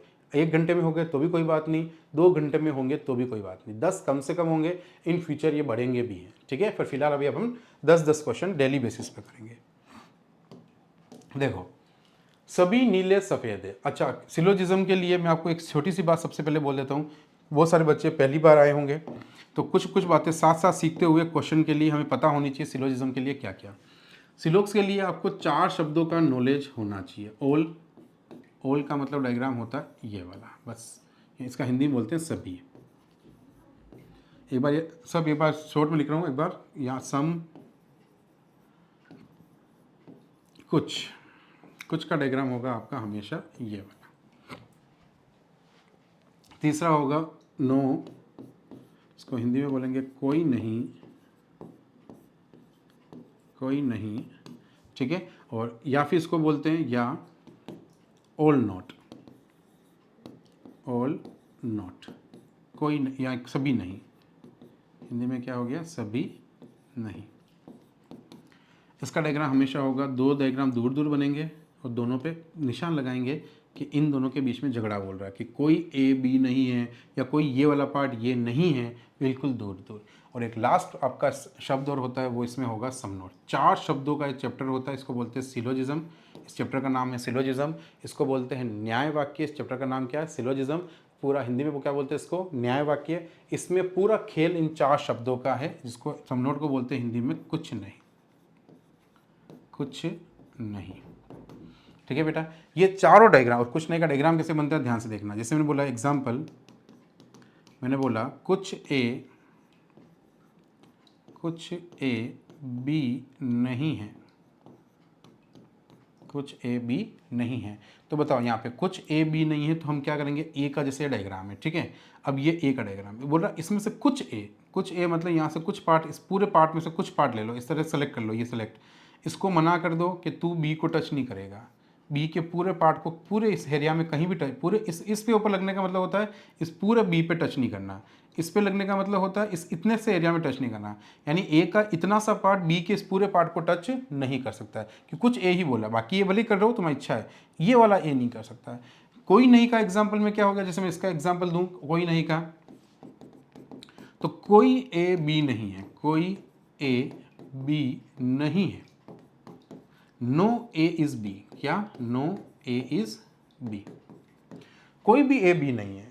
तो कोई भी ए बी नहीं है का मतलब क्या हो, सोचो ये जितने भी ए हैं, अब ए की क्वांटिटी ये कितनी भी है, इसमें से कोई भी ए क्या है बच्चों, बी नहीं है, यानी कोई भी ए इस बी के पार्ट को टच नहीं कर सकता, कोई भी ए इस बी के पार्ट को टच नहीं कर सकता। तो इसका मतलब पूरा मना देखो, इसमें कुछ मना था कि सम ए आर नॉट बी, तो कुछ ए ही मना थे बी से, इसमें सारे के सारे ए मना है बी से, इसमें सारे के सारे ए। तो इसका एग्जाम्पल क्या हो जाएगा, अगर मैं इसका एग्जाम्पल लूँ तो ऑल का, इसका एग्जाम्पल होगा ऑल ए आर बी, सभी ए बी हैं। अब ए बी की जगह कोई भी नाम हो सकता है, यहाँ पे पी क्यू हो सकता है, या पंखा ट्यूबलाइट हो सकता है, या कहना कुछ कांच घड़ी कुछ भी हो सकता है, हमें उससे मतलब ही नहीं है। मैंने क्या बोला, हमें इन शब्दों से मतलब है। ऑल बोल रहा है मतलब ये डायग्राम बनेगा, सभी के सभी ए, ये जितने भी ए हैं ये सभी किसके अंदर आने चाहिए, बी के अंदर आने चाहिए। तो सभी ए बी का डायग्राम ये बनेगा। और एग्जाम्पल कुछ के लिए अगर बात करें, कुछ ए बी है, तो कुछ ए बी है का मतलब क्या हो गया, ये अगर ए का डायग्राम है तो इसका कुछ पार्ट बी है, पूरा नहीं। ये 4 डायग्राम अगर आपने यहाँ पे डाल दिए तो सिलोजिज्म आज जो मैं बता रहा हूँ ना, बस 2 से 3 पॉइंट के 3 क्वेश्चंस करूँगा या 4 क्वेश्चंस पूरे। सोचो हमारे पास तो 3 महीने हैं, और पता सिलोजिज्म का पूरा चैप्टर पढ़ने में हमें मतलब लेक्चर अगर पढ़ूंगा तो आपको पूरा चैप्टर पढ़ने के 5 से 7 घंटे पूरा अच्छे से पढ़ने के लिए चाहिए। पर एसएससी जीडी के लिए सिर्फ 3 से 4 क्वेश्चन जब आ जाएंगे ना, मैं ले लूंगा आपके, आप बोलोगे सर सिलोक्स का मेरा जीडी का तो कोई क्वेश्चन गलत ही नहीं हो रहा। तो ये फर्क है इस बैच में और दूसरे बैच में। मतलब एक तो पूरा यूट्यूब पे जो हम पढ़ रहे हैं, मैं आपको पढ़ा ही रहा हूँ, यूट्यूब पे भी कोई दिक्कत की बात नहीं है, वहाँ पे भी आप पढ़ो, लेकिन आप वो कब पढ़ना, जीडी के बाद। मतलब जब आपका जीडी हो गया, 12वीं पास हो गए, अब अभी फिलहाल ग्रेजुएशन लेवल का एग्जाम तो अभी कोई है नहीं, 3 साल पढ़े, तो आप पूरा कोर्स पढ़ो, ठीक है। और पर्टिकुलर अगर कोई एग्जाम आपका फिक्स आ गया यही है तो फिर पढ़, तो कोई ज़्यादा अमाउंट तो रख ही नहीं रहे। ये 500-700 रुपये ने इतने अमाउंट तो मैं कह रहा हूँ, आपके घर वालों किसी को भी बोलोगे, किसी दोस्त को भी बोलोगे यार मैं कोई कोर्स पढ़ना, तो मेरी हेल्प करेगा क्या, वही तुम्हें 1000 रुपये दे देगा। 1000 रुपये 500 रुपये कोई एक बड़ी रकम नहीं है जिसको आपको परचेस करने में सोचना पड़ रहा है कि लूँ कि नहीं लूँ, इससे बेटर तो वहाँ पूरा मिल जाएगा, पूरा कोर्स मिल जाएगा। बहुत सारी थॉट होती है। देखो हो सकता है आपको इस रेट में ऑनलाइन पे इतना प्लेटफॉर्म्स हैं, कहीं ना कहीं कुछ ना कुछ मिल जाएगा। मैं मना नहीं करूँगा, आप कहीं से भी खरीदो, कहीं से भी लो, आपको बहुत ईजीएस्ट मिल रहा है, घर बैठे बैठे पूरा लेना है पूरा लो। पर यह इतनी कोई बड़ी रकम नहीं है जिसके लिए इतना सोचो कि लूँ या नहीं लूँ, जो पैसे आप यूँ ही बर्बाद कर देते हो, ठीक है ना। तो आपको ठीक लगे तो लो, जैसे आपने तो परचेस करके देख रहे हो आप मुझे, पर मैं आपको फ्यूचर में बता रहा हूँ, कहीं पे भी कुछ भी पढ़ने जा रहे हो, जैसे तुम्हें कहीं जीके का कोई पार्ट दिख गया, उस पर लिखा हुआ 300 रुपये, तो इतना क्या सोचना है, तुम्हें लग रहा है वो जीके सब दे रहा होगा 300 रुपये में एक बार, अच्छा अगर तुमने देखा उसके वीडियोस वगैरह देख लिए, हाँ ठीक लग रहा है, तो 300 रुपये कौन सी बड़ी रकम है, ले लो ना। अगर नहीं भी समझ में आता तो इतना क्या फर्क पड़ जाएगा तुम्हारी जिंदगी में, ये बताओ 300 रुपये में।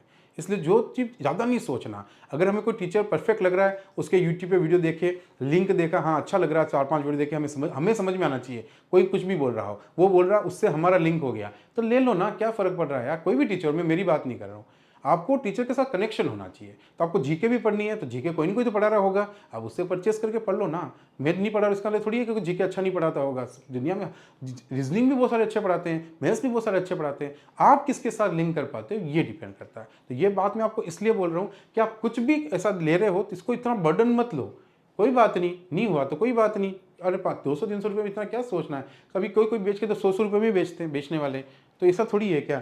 कोई भी अपनी अपनी इच्छा, जिसकी जितनी मेहनत उतना बेचता है। आपको बस ये देखना है आपको समझ में आ रहा है कि नहीं आ रहा। कोई भी टीचर हो, मेरे को रीजनिंग मैथ्स का भी कोई अच्छा टीचर हो उसको सेलेक्ट करो, ऐसा नहीं है हर जना मेरे से ही समझ पाएगा, आप हर इंसान, ठीक है। अब इस क्वेश्चन को करते हैं, तो पहले हम इसका डायग्राम बनाएंगे। देखो इधर सभी नीले सफ़ेद हैं, देखो बेटा सभी नीले सफ़ेद हैं, तो सबसे पहले मुझे क्या करना पड़ेगा, नीले जो हैं सभी वर्ड, हमें इस पर ध्यान देना है। है ना, ऑल पे, तो all bulbs are white, all blues, sorry bulb नहीं, ऑल ब्लूज आर वाइट, ठीक है, तो सारे ब्लू क्या है, वाइट है, सारे नीले क्या हैं, वाइट है, सारे नीले वाइट है, ठीक है, सफ़ेद है, ठीक है। मैं हिंदी इंग्लिश दोनों में लिखता हूँ, मान लो कोई हिंदी मीडियम वाला बुरा मान ले, ठीक है। सभी वर्ड, हमें बस ये सभी वर्ड पे, इन शब्दों पे ध्यान देना। आगे मैंने क्या बोला, ए बी की जगह कुछ भी लिखा हो, सभी का मतलब पहले जो भी उसके पास में आएगा वो अंदर बनेगा, बन गया, पहला डायग्राम खत्म। दूसरा लिखा हुआ है कुछ सफ़ेद ग्रे हैं, कुछ सफ़ेद क्या है बच्चों, ग्रे हैं, ग्रे है तो ये देखो ये ग्रे है, कुछ सफ़ेद कुछ ही है, मैंने वर्ड पे देखो, वर्ड पे ध्यान दो, 4 डायग्राम बताए थे अभी मैंने, ऑल का मतलब सभी, सम का मतलब कुछ, तो कुछ सफ़ेद क्या है, ग्रे है, ये हो गया कुछ सफ़ेद ग्रे है। अब देखो आगे निष्कर्ष, सभी ग्रे सफ़ेद हैं, सभी के सभी जो ग्रे हैं वो क्या है बेटा, सफ़ेद हैं। अब देखो ये निष्कर्ष है, ये तो है कथन, इसको बोलते हैं स्टेटमेंट, जिसका हम क्या करेंगे, डायग्राम ड्रॉ करेंगे।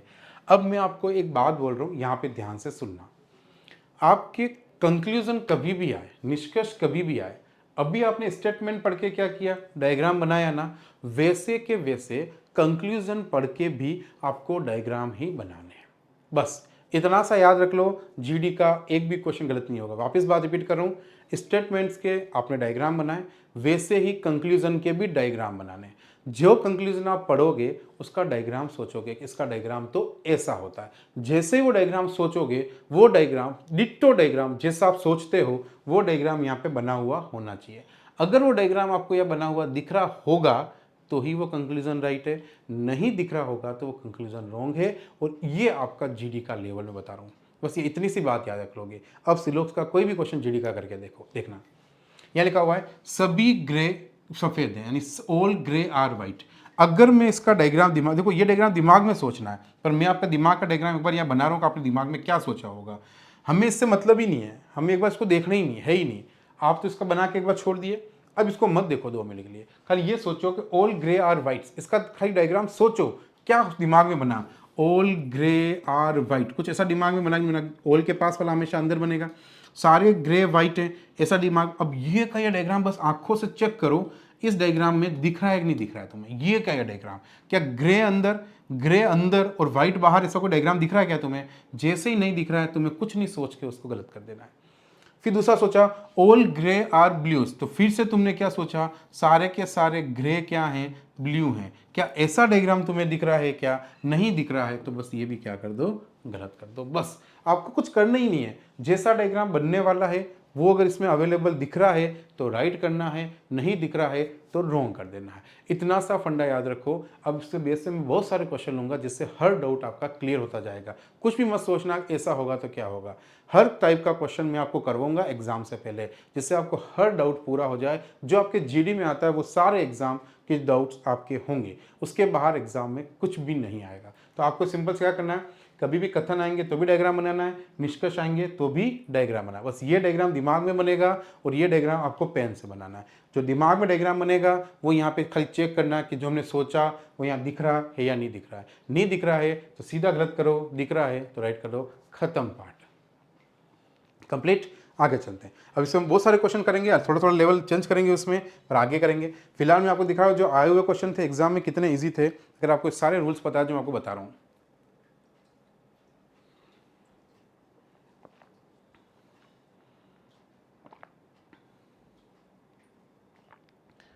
नेक्स्ट क्वेश्चन देखो,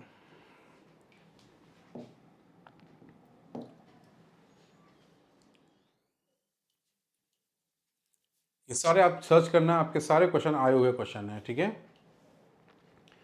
रवि और सुमित का वेतन 4:5 के अनुपात में है, यदि प्रत्येक का वेतन 6,000 रुपये बढ़ा दिया जाए तो नया अनुपात 35:40 हो जाता है, तो सुमित का बढ़ा हुआ वेतन क्या होगा? क्लियर है बच्चों? अब देखो यहाँ पे एक चीज़ फिक्स करना, सबसे पहले क्वेश्चन देखते ही रवि और सुमित का वेतन का क्या दे रखा है, अनुपात। जैसे आपको अनुपात दिखा, आपको थोड़ा अनुपात का नॉलेज आ गया होगा। अब अनुपात के नॉलेज के लिए अब सुनना, अनुपात होता क्या है पहले समझो। इधर देखो, आप तो बस इतनी बात याद रखना कि देखो अनुपात का मतलब क्या होता है। पहले तो आपको थोड़ा सा, कोई बच्चे बिल्कुल नए आए होंगे तो पहले अनुपात का मतलब समझते। मैंने क्या बोला, जिनको आता है वो स्किप कर सकते हो क्योंकि ये रिकॉर्डेड है। आपके पास 40 और 50 रुपये हैं। अनुपात का मतलब होता है इन्हीं संख्याओं को सेम संख्या से छोटा कर देना। जैसे मान लो ये हो सकता था 80 और ये 100 भी होते, तो 1 0 से 1 0 काटा, 2 से 2 चौका 8 काटा, 2 बजे 10 काटा, तो भी यही आया कि नहीं आया। मतलब अनुपात के बड़ी संख्या कुछ भी हो सकती है। अनुपात का मतलब होता है छोटी संख्या। अब इससे बड़ी संख्या 80 100 भी हो सकती थी, 40 50 भी हो सकती थी, और भी आगे कुछ हो सकती है, हमें नहीं पता। मतलब इनके साथ किसका गुणा होगा यही हमें नहीं पता होता है शुरुआत में।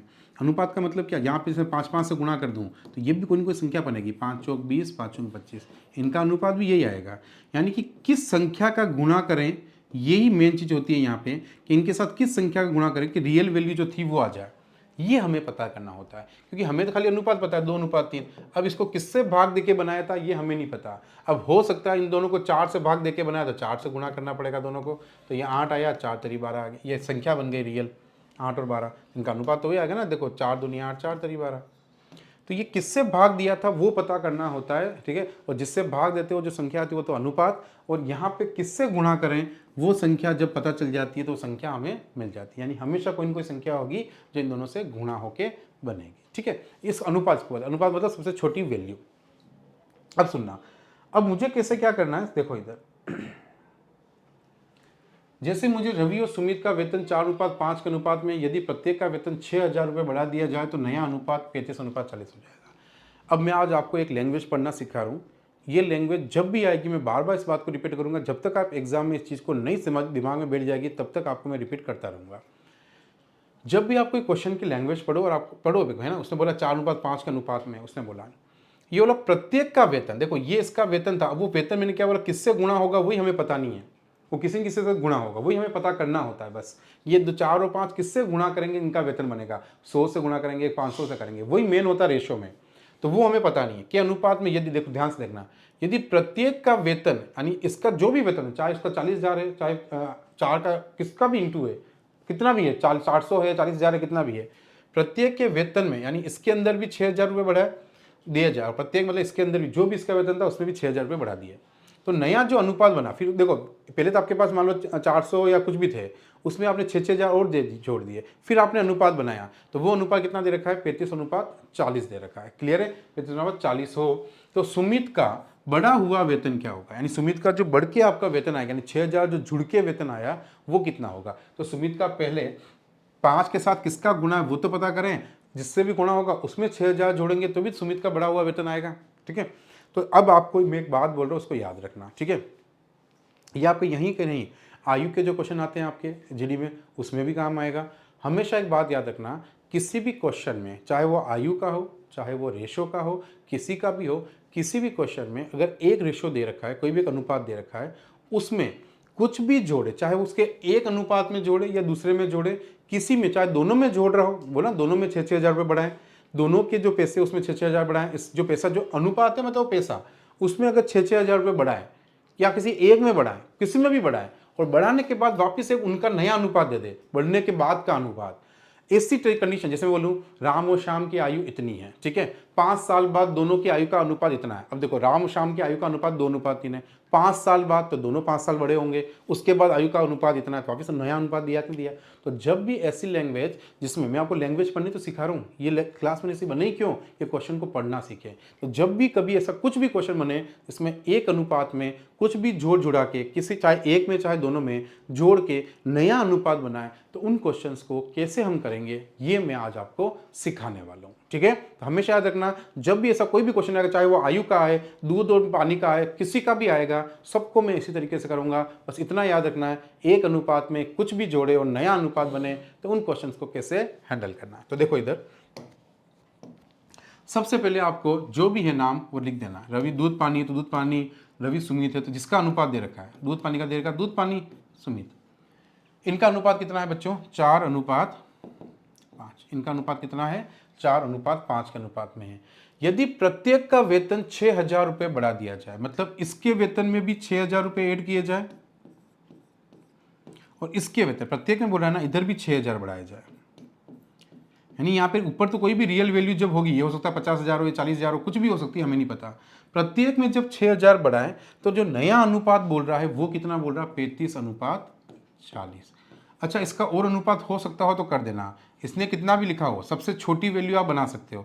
तो 7 ये काट दूं मैं आपको, 5 से 5 7 35, 5×2 40। तो इसको और छोटा कर सकता हूँ मैं, ज़रूरी नहीं है कि जो दिया वही ले, और छोटा हो रहा है तो आप वो छोटा अनुपात मतलब सबसे छोटी, इससे छोटा नहीं हो पा रहा, छोटा कर दो, कैलकुलेशन कम करनी पड़ती है, फर्क नहीं पड़ता है। ठीक है, अब सुनो, सबसे पहले आपको छोटा कर देना है अगर हो रहा है तो। उसके बाद देखो, अब आपको ये देखना है यहाँ से यहाँ 6000 बढ़े, यहाँ से यहाँ 6000 बढ़े, तो देखो 4 से 7 रेशो में कितना बढ़ा, तो आप बोलोगे सर यहाँ से यहाँ रेशो में कितना बढ़ रहा है, अनुपात में कितना बढ़ा, यानी पहले जो 4 यूनिट था अब वो कितनी यूनिट हो गया, रेशो में कितना बढ़ा है, 4 + 3 7।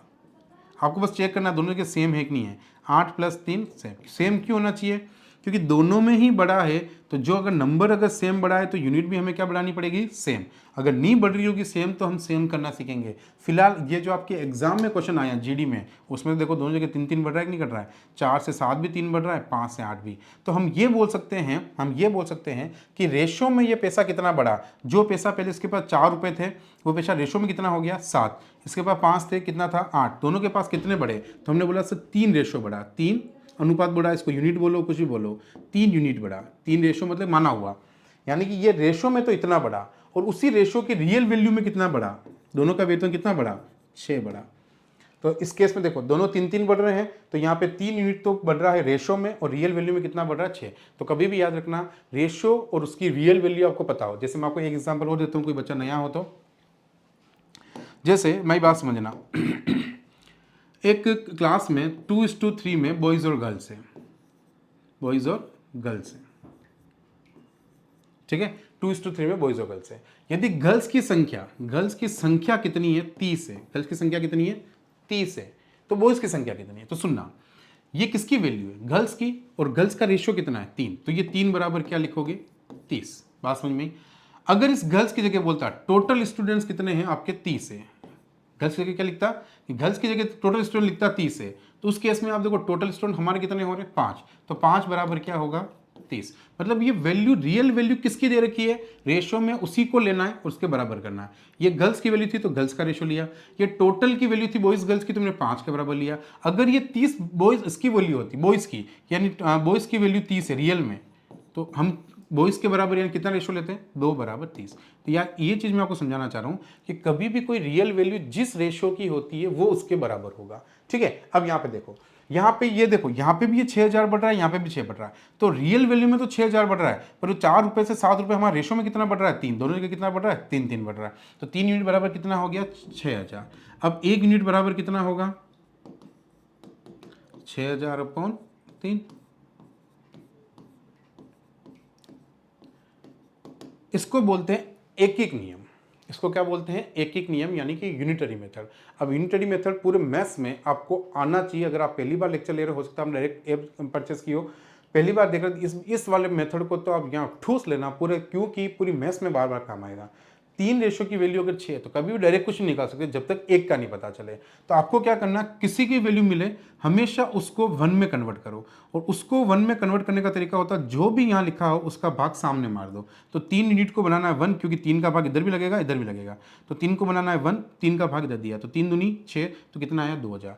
अब 3 रेशो बराबर अगर 6 था तो 1 रेशो बराबर कितना आया 2000। अब खुद ही सोचो ना, 1 रेशो 2 के, 2 रेशो 2 के, 3 रेशो 3, 2 2 2 6000 हो गए कि नहीं हो गए 3 रेशो। अब क्वेश्चन क्या पूछा सुनना, तो सुमित का बढ़ा हुआ वेतन, तो सुमित का पहले का वेतन का देखो रेशो कितना है, ये सुमित का बढ़ा हुआ के पहले रेशो कितना है इतना है, और देखो बढ़ा हुआ अगर निकालना है तो वो कितना है 8। ये देखो 6000 जुड़ने के बाद का रेशो है कि नहीं है, और ये बिना 6000 जुड़े रेशो है। आपको क्वेश्चन ने क्या बोला, सुमित का बढ़ा हुआ वेतन क्या है, तो या तो आप एक काम करो पहले 5 यूनिट निकाल के उसमें 6000 जोड़ो, या आप सीधे ही 8 के रेशो की वैल्यू निकाल दो। क्यों, क्योंकि सुमित का बढ़ा हुआ वेतन तो 8 यूनिट है कि नहीं है, जो 5 था वो 8 बढ़ गया नहीं बढ़ गया 3 बढ़ के, तो 1 रेशो बराबर अगर 2 है, तो अगर आपको 8 रेशो की यानी 8 यूनिट की वैल्यू चाहिए होगी, तो आप 1 की वैल्यू से जो भी 1 की वैल्यू हो उसको जितनी बनानी है उससे हमेशा क्या कर दोगे गुणा, तो 8 दूनी 16000। तो सुमित का बढ़ा हुआ वेतन कितना होगा बच्चों 16000। कितना होगा 16000। तो आपका ऑप्शन नंबर कौन सा होगा बच्चों सी। आप चाहते तो 1 यूनिट की वैल्यू आपकी कितनी थी 2000। आपको हो सकता है पहले सुमित की पहले की निकाल लो, तो 5 यूनिट बराबर कितना हो गया 2000 × 5, तो 10000। तो ये तो सुमित के पास पहले की इनकम थी उसकी। क्वेश्चन पूछता तो सुमित पहले कितना कमाता था, तो पहले 5 यूनिट कमाता था यानी कि 10000 कमाता। अब उसकी सैलरी 6000 बढ़ गई, तो बताओ 6000 बढ़ गई तो 16000 रुपये आंसर आया कि नहीं आया। तो आप कैसे भी करो फ़र्क नहीं पड़ेगा, ये रेशो किसका था, जिससे गुणा करोगे वो वैल्यू आ जाएगी। तो बस याद हो गया, समझ में आ गया। सबसे पहला काम हम क्या करेंगे, जब भी एक रेशो में कुछ भी जोड़ के नया रेशो बनाए, वो किसी भी चैप्टर का हो, हम उसको इसी मेथड से करेंगे। अब आपके दिमाग में आ रहा होगा कि सर ये दोनों इक्वल नहीं होंगे, तो आज हमारी पहली और लास्ट क्लास नहीं है, आज हमारी सिर्फ पहली है। लास्ट क्लास आते हुए आपको सब पता चल जाएगा कि यहाँ पे अगर एक में बढ़ा दूसरे में नहीं बढ़ा तो क्या हुआ, दोनों के अलग अलग हुए तो क्या हुआ, सारे लेक्चर आपके धीरे धीरे धीरे धीरे बाहर आएंगे। क्लियर मेरी बात बच्चों, यहाँ तक का लेक्चर आपको अच्छे से समझ में आया होगा, ऐसी मैं उम्मीद करता हूँ। ठीक है बच्चों, तो आज का लेक्चर आप 10 क्वेश्चन आप पूरे नहीं करेंगे, हम लोग आज 8 ही करेंगे। ठीक है, अगले से जो भी लेक्चर आएंगे वो आपके 10-10 क्वेश्चन के ही लेक्चर आएंगे। पहला लेक्चर था, ज़्यादा लोड एक साथ नहीं डालूंगा, धीरे धीरे मैं आपका और टाइम बढ़ूंगा, ये आप याद रखना। शुरुआत में कम टाइम रहेगा, धीरे धीरे धीरे धीरे टाइम 2 घंटे तक मैक्सिमम क्लास जाएगी इन फ्यूचर में। अभी तो आपके 1 से 1.5 घंटे तक जाएगी, फ्यूचर में 2 घंटे तक जाने वाली वो जल्दी। तो आपको, क्योंकि मेरे को ट्रेंड करना बहुत ज़रूरी है, दिमाग को एक दिन एक साथ इतना लोड नहीं डाल सकते हैं। तो आज आपको क्या करना है, हमने जो 8 क्वेश्चन पढ़ी है, 8 क्वेश्चन ही नहीं है, अब इस एक क्वेश्चन को सीखने से आप बिलीव नहीं करोगे आप कितने क्वेश्चन कर लिए, आपको अभी पता नहीं चलेगा। इन फ्यूचर जो क्वेश्चंस आएंगे ना, तब आपको समझ में आएगा ये तो आयज का भी हो रहा है, ये तो इसका भी हो रहा है, ये तो रेशो का ये क्वेश्चन भी हो रहा है। सब जब होने लग जाएंगे तब आपको रियलिटी समझ में आएगी कि आप कम में कितना ज़्यादा पढ़ रहे हो। ठीक है, तो थैंक यू सो मच बच्चों। तो आज का हमारे पहली क्लास आई होप आपको अच्छे से समझ में आई होगी। नहीं समझ में आई तो मैंने आपको ऐप में एक नंबर दे रखा है, उसमें आप कमेंट्स करके मुझे क्वेश्चन नंबर वापस भेज सकते हैं कि सर ये मुझे नहीं समझ में आया। आप प्रॉपर या तो एक बार वीडियो को वापस देख लेना, जानबूझ के मत भेजना, वैसे टाइम की बहुत कमी है, अगर यूँ नहीं है कि आप उसका टाइम पास करने के लिए वापस बोलो, वीडियो आपके पास है, रिपीट करके देख सकते हो।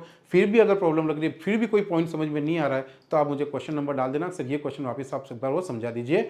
मैं आपको कह रहा हूँ, मैं आपकी हर बात मानते हुए आपको सिलेक्शन दिलवाऊंगा। ठीक है, बस आपको बिलीव करना है, रेगुलर रहना है, एग्जाम तक बने रहना है। ठीक है बच्चों, thank you so much, take care, अपना ध्यान रखना है, बाय बाय।